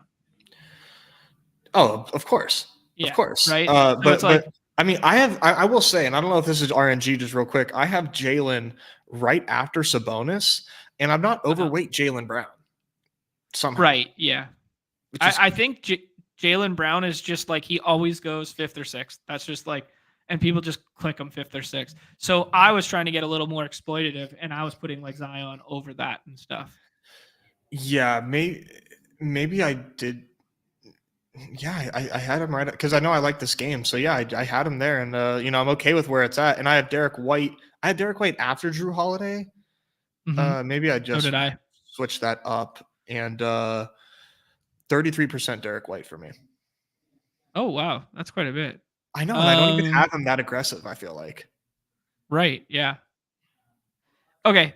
This next tier here, I think everyone is kind of pulling Miles Turner down for whatever reason. I mean, he's a guy who can get in some foul trouble. They can go small and play Obi at the 5. They could also do some weird stuff with some backup center. There's no Jalen Smith tonight. That's one of the injuries there.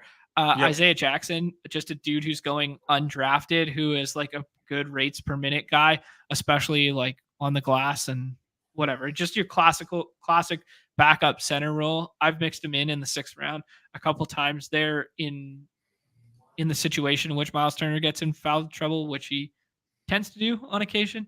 Yeah, I think this is kind of where I was at. I had Zion ahead of McCollum. Maybe I do a little switching here, and then I had BI ahead of Miles Turner as well with this next tier. Would you argue anything here? No, let me look at what you have there. No, for me, as of right now, Jalen, Zion, CJ, BI. And then I actually have the 2 Celtics guards over Miles Turner as of right now. And that's left me with 10% Miles Turner. Okay. Yeah, so you're off Turner tonight and then whatever. And it kind of makes sense because you can make up the difference with Turner with back end clicks from the Pacers side. Like, that's kind of where I'm at. The Pacers, you can find minutes on. It's really hard to find minutes on the Celtics. It's really hard to find minutes on the Pels.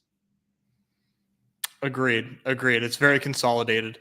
And you mentioned like Bruce Brown for the Pacers, who's like very affordable. I need more. I just gave him a bump because I only have 13%.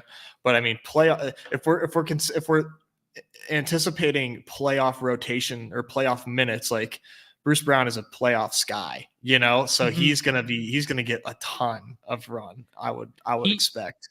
He felt like the safest click for me. And when I saw people taking like Buddy Hield over him and like taking like Kevin Huerter over him, I was just like, no chance. I'm going to take. I love Kevin Huerter, but come on, man. Brown's got multiple ways to get home. Okay, we kind of agree on that tier. The next grouping here with like Horford and Valanciunas, I think they're kind of like almost a mini tier by themselves, where like you want these two, and then we talk about everybody else. For me, it's been Horford over Valanciunas. Are you like that? I think I was playing the projection game with that. I have Joe Val over Horford, and so far that has left me with, like I mentioned, not a ton of Joe Val, 19% Joe Val, and 23% Horford. I thought I would have more Horford. I am like the Al Horford stan, and Al Horford versus the Pacers sounds like right up my alley. Yeah, I mean, like. The thing is, there's like nobody else they can really go big and fast with. And if you're gonna go, if you want some size on the floor, and maybe I guess, he's my 6th rounder. Maybe maybe that feels like a good 6th round pick. Then if you want to go big and fast, I mean, who else are you gonna run out there? I know. Yeah. Is Tatum gonna guard the 5? No. No. Yeah. I don't know. Yeah. I mean, like, I don't know. It's weird because like this is what we were doing with the Heat Pacers game last week, where it was like, yeah, we're just gonna push the pace versus Bam with Miles Turner. And I played a bunch of Miles Turner because I was like, who the hell else is going to run with Bam? Like, he has to be out there if he doesn't get in foul trouble. And I kind of feel like the inverse is true here. It's like, who the hell else, as long as Miles Turner doesn't get in foul trouble, who the hell is going to run with him at the 5 there, right? And it feels like it has to be Horford. I don't know. Yeah, a worthwhile experiment or a worthwhile research project would be like, how does Miles Turner explode? When do you get the 50 ball Miles Turner game? Because on the best Jaren offense in Jackson basketball light. with the highest total, like you do not. Yeah. I think you obviously like you need those blocks. And like, when do those blocks come? Because otherwise, it's just like they're just running fast breaks, and Miles Turner is just trying to catch up with the guards, with the outlet That's pass true. and the outlet. It's just it's Yeah. weird. I don't know how, and maybe this is What's the the spot formula? where the Celtics can slow down the game and give Turner the ability to kind of earn his fantasy points. I don't know. Interesting. Yeah, it's like, what is the formula for Miles Turner's ceiling game? Yeah, because he's always going to he's kind of like Gobert a little bit, right? Where when you look at projection sources, he's always going to be in that draftable player pool range, usually above his ADP. Mm-hmm. Yeah. Yeah, he's always going to project better than his like actual ADP. But then when does the ceiling hit, and how does it? Yeah, but how often is he the guy that you have to have? Yeah. Interesting. Yeah. Okay, this is where things get fun with the back end rotation stuff and like kind of projecting what we can do here. For me, it was Malik Monk, Bruce Brown, and then Herb Jones. I love the stock upside of Herb Jones. I like Herb Jones over Trey Murphy. Trey Murphy's only played the one game. He played 22 minutes.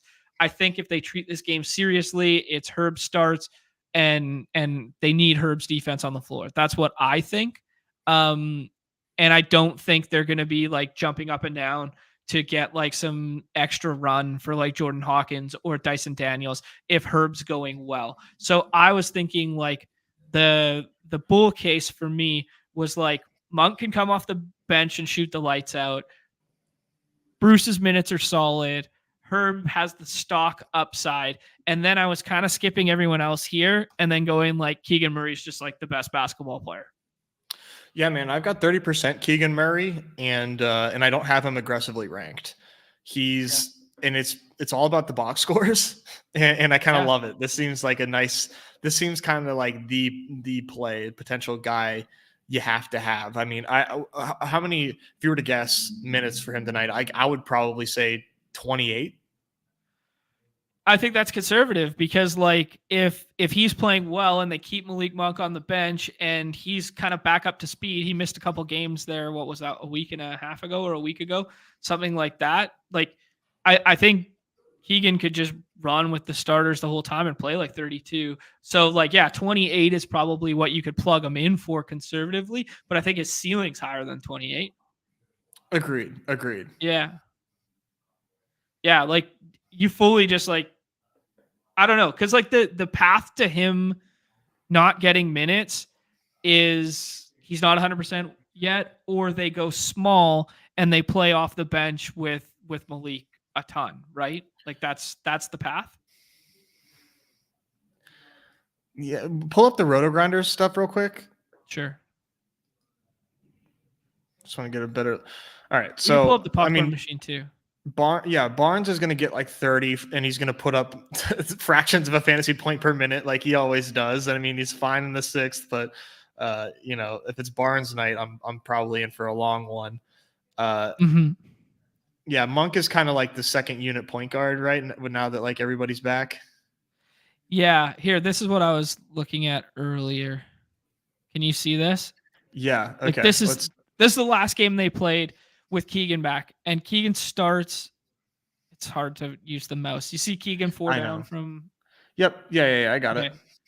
So Keegan starts. Keegan comes back on for like a little stint in the second there, and then this is clearly like them managing him a little bit, and then it's Monk who comes on to close the second. Then he starts the second with the starters again. And then he comes back on for a little short stretch in the 4th. And then it's Monk who comes on again until the game's out of reach or whatever, right? So my thought was like when they play small, it's at the expense of Keegan. So I think you have to kind of like in your mind make a stand between like whether you think they're going to play small or not, or whether they're going to ramp them like fully back up, right? Yeah, I guess maybe I just have like this a misconception about Keegan Murray. I just don't think of him as like a traditional big. Right. Yeah. That's fair. Um, I don't. I and don't. I don't think. Yeah. so as far as like running big or small, I think he kind of offers a lot. No Right. matter how you want to run it.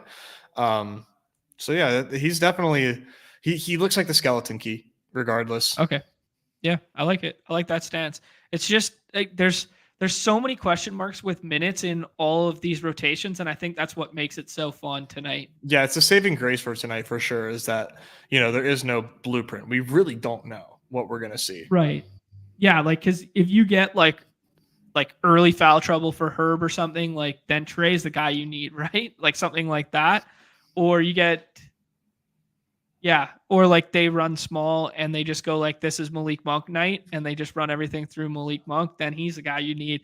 Or the Celtics guys, or I mean, sorry, the Pacers guys. If you get no Obi, well, now all of a sudden like Naismith becomes like one of the best clicks in the 6th round there, right? So it's like there's so many paths for you to like bro science your way to who the best 5th and 6th rounders are.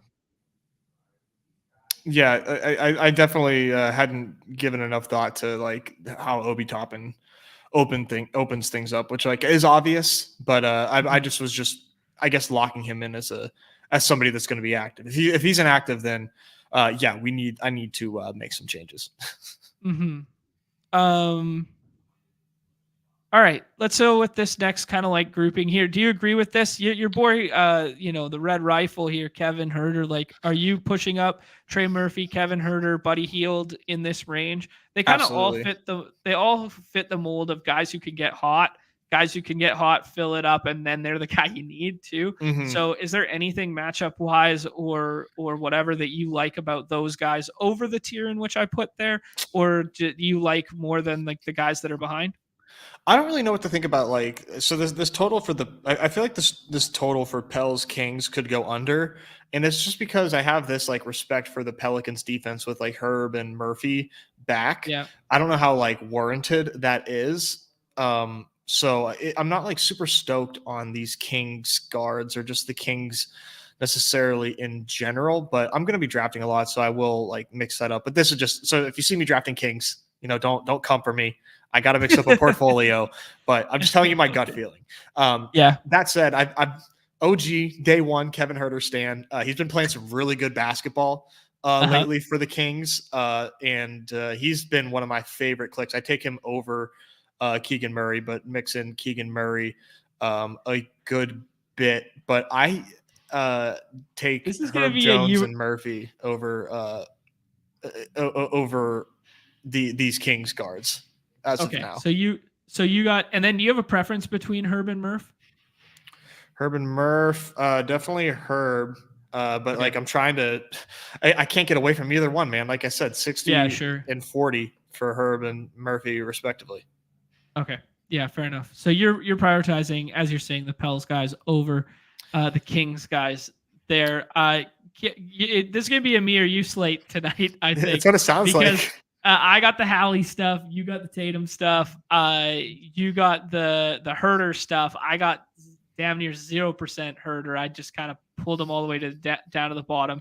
I liked Monk and Murray and the Pels guys more, and then I was taking shots on if it was Obi Toppin that was sitting there or guys that I thought would get minutes if Obi was out is what I was kind of doing. And I was mixing and matching like Naismith, Nemhard, that kind of back end range.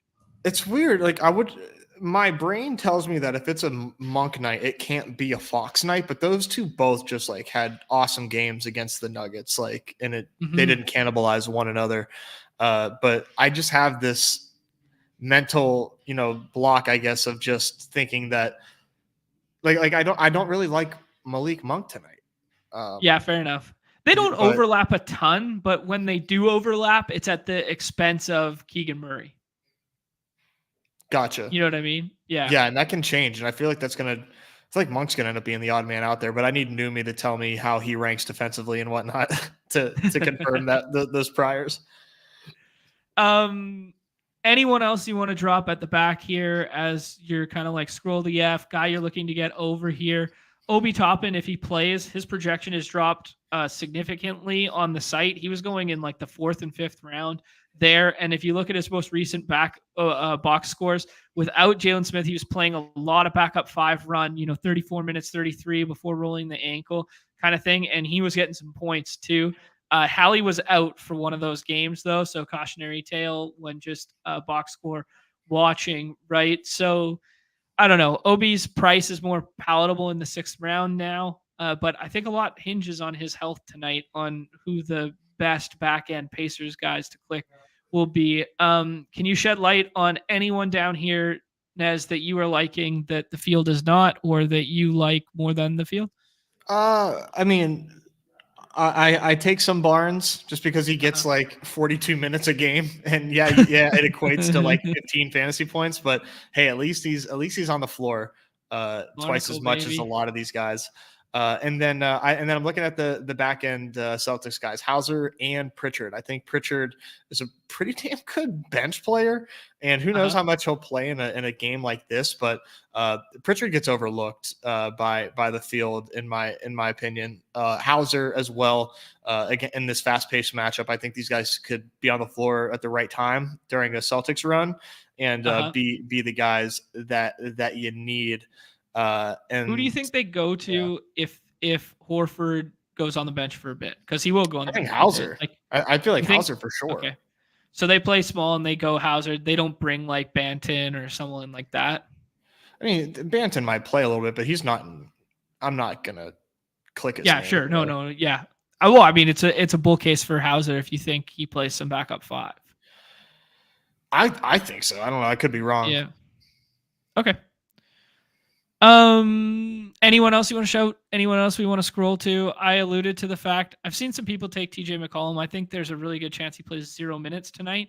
There's also the extreme outlying scenario that Hallie is out and somehow they start TJ McCollum, right? Like it's like that crazy shit happens. I'm not sure it happens in a play-in tournament game, and I think Hallie's going to play.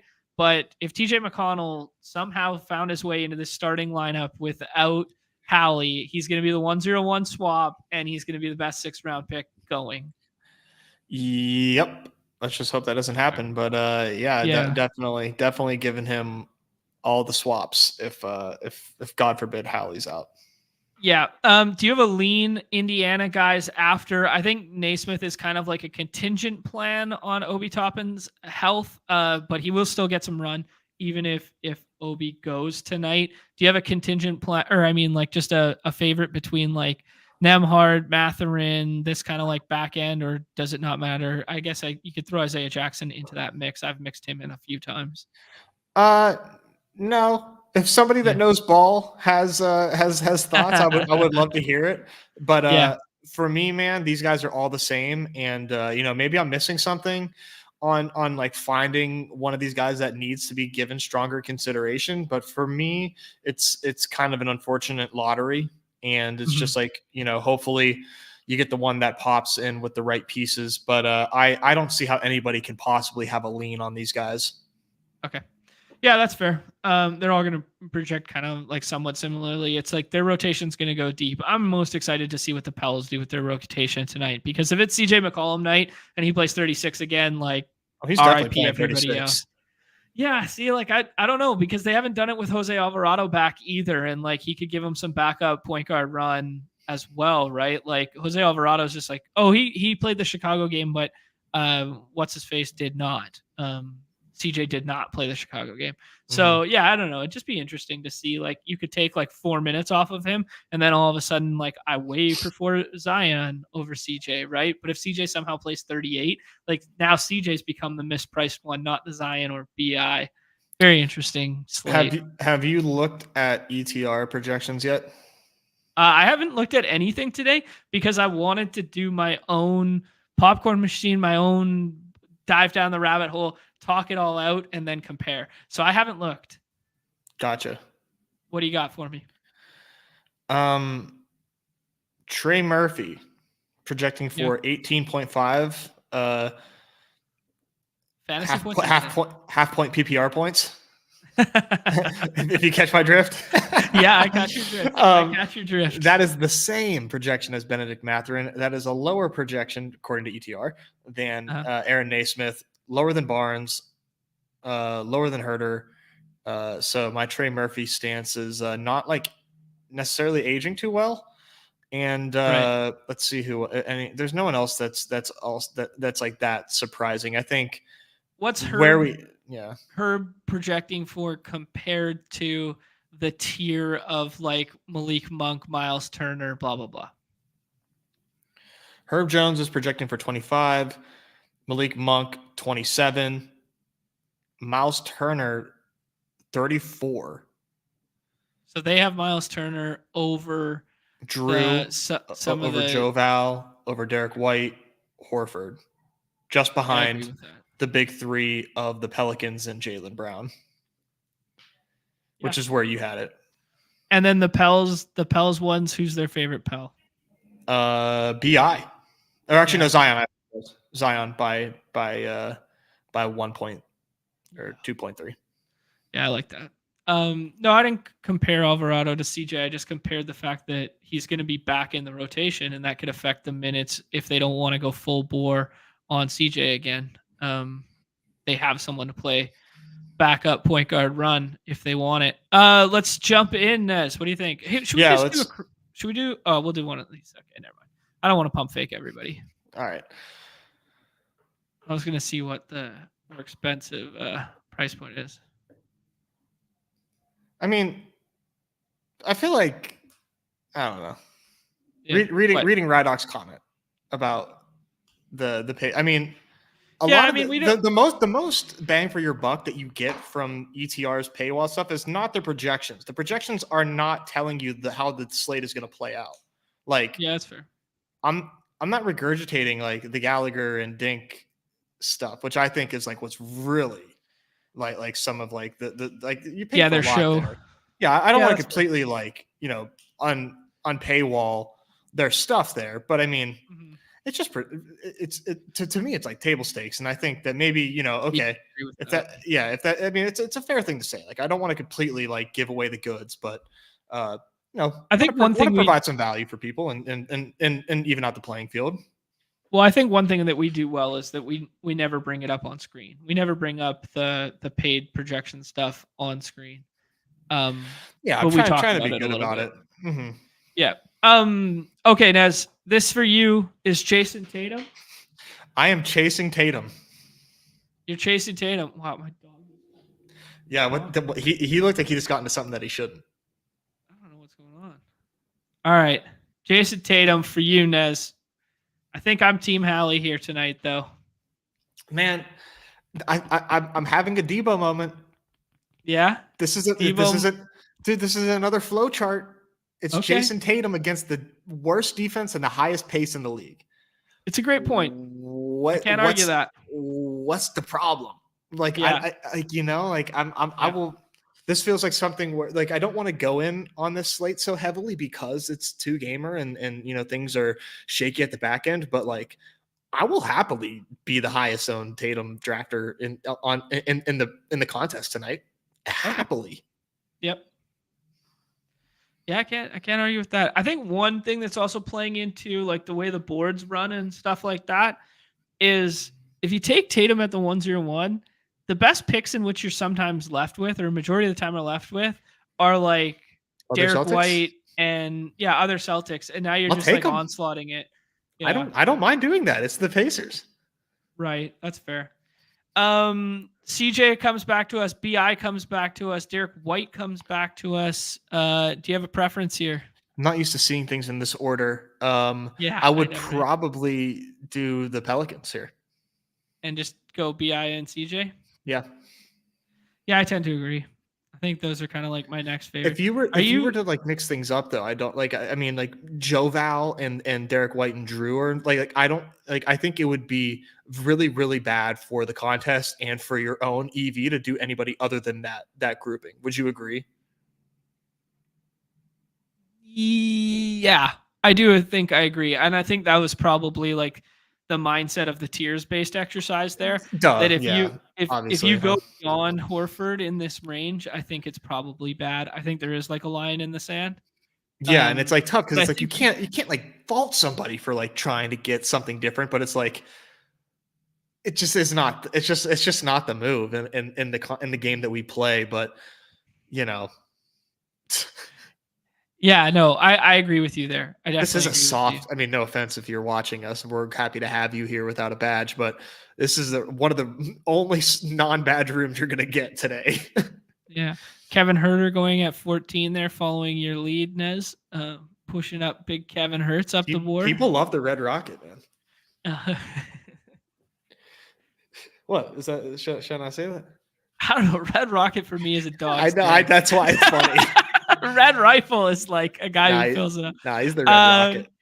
Herb Jones goes there in front of Trey Murphy, which is kind of unfortunate because I would prefer that. For me, this has been Malik Monk plus Bruce Brown. Can you convince me of doing otherwise? Otherwise, Bruce Brown and Buddy Hield, but Monk and Brown I think is good because we don't have any kings. Okay, I like that. And when you are hand building and you're thinking through some of this, are you trying to like diversify and pluck the highest scoring player from each of these? Are you fine going like, hey, full onslaught of a game environment? Are you fine going full onslaught of 5 kings on one lineup? Like, where do you draw the line? What is comfortable? I think I would probably draw the line at 3 teammates, but yeah, on a slate like today, there's really no rules. Yeah, that's fair.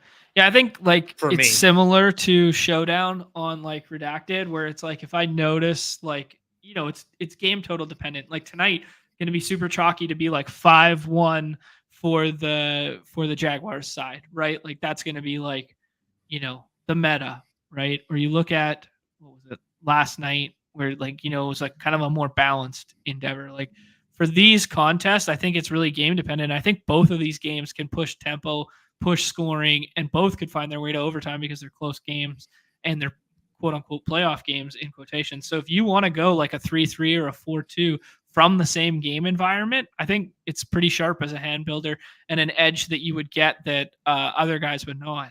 For sure. We see that's the first Joval share I've seen go.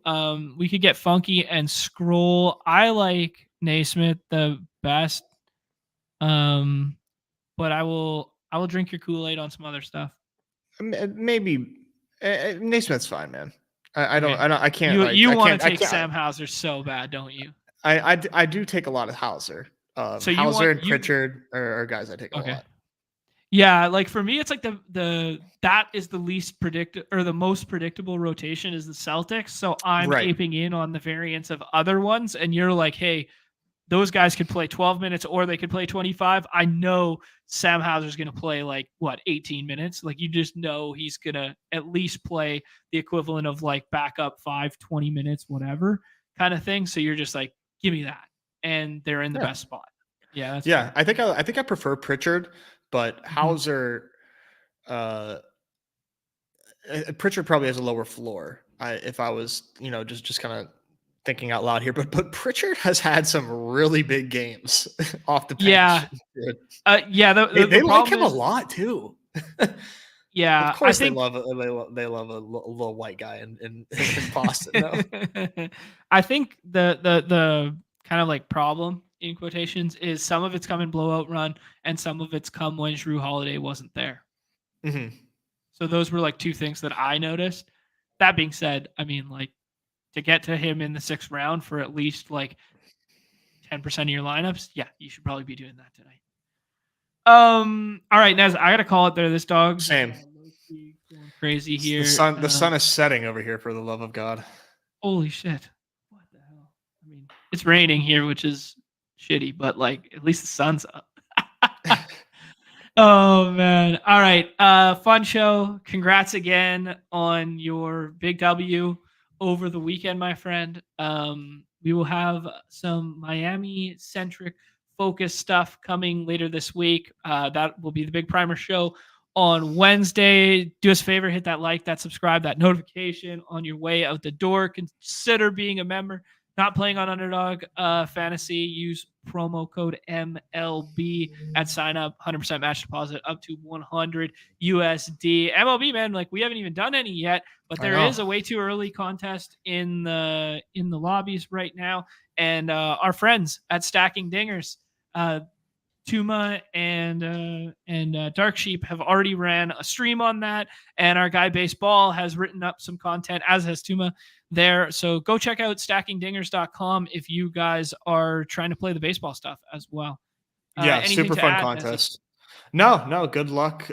If you're playing hoops tonight, huge contest. You'll see me in the lobbies, and maybe we pop off our first members only stream tomorrow. Maybe do a little something tomorrow potentially. Who knows? I like the signs of that. Short NBA slate, no football. Maybe that'll be the first ever members only tomorrow. Love to see. How about it? GA asks if you want to dust off the model real quick for him. Is it a Crosby night? Is your model? Are the hamsters churning for Sid the Kid tonight? Yes. I love yes. it. Appreciate all the kind words, everyone. Appreciate everyone hanging out, and everybody's favorite time of the show, the end. Peace.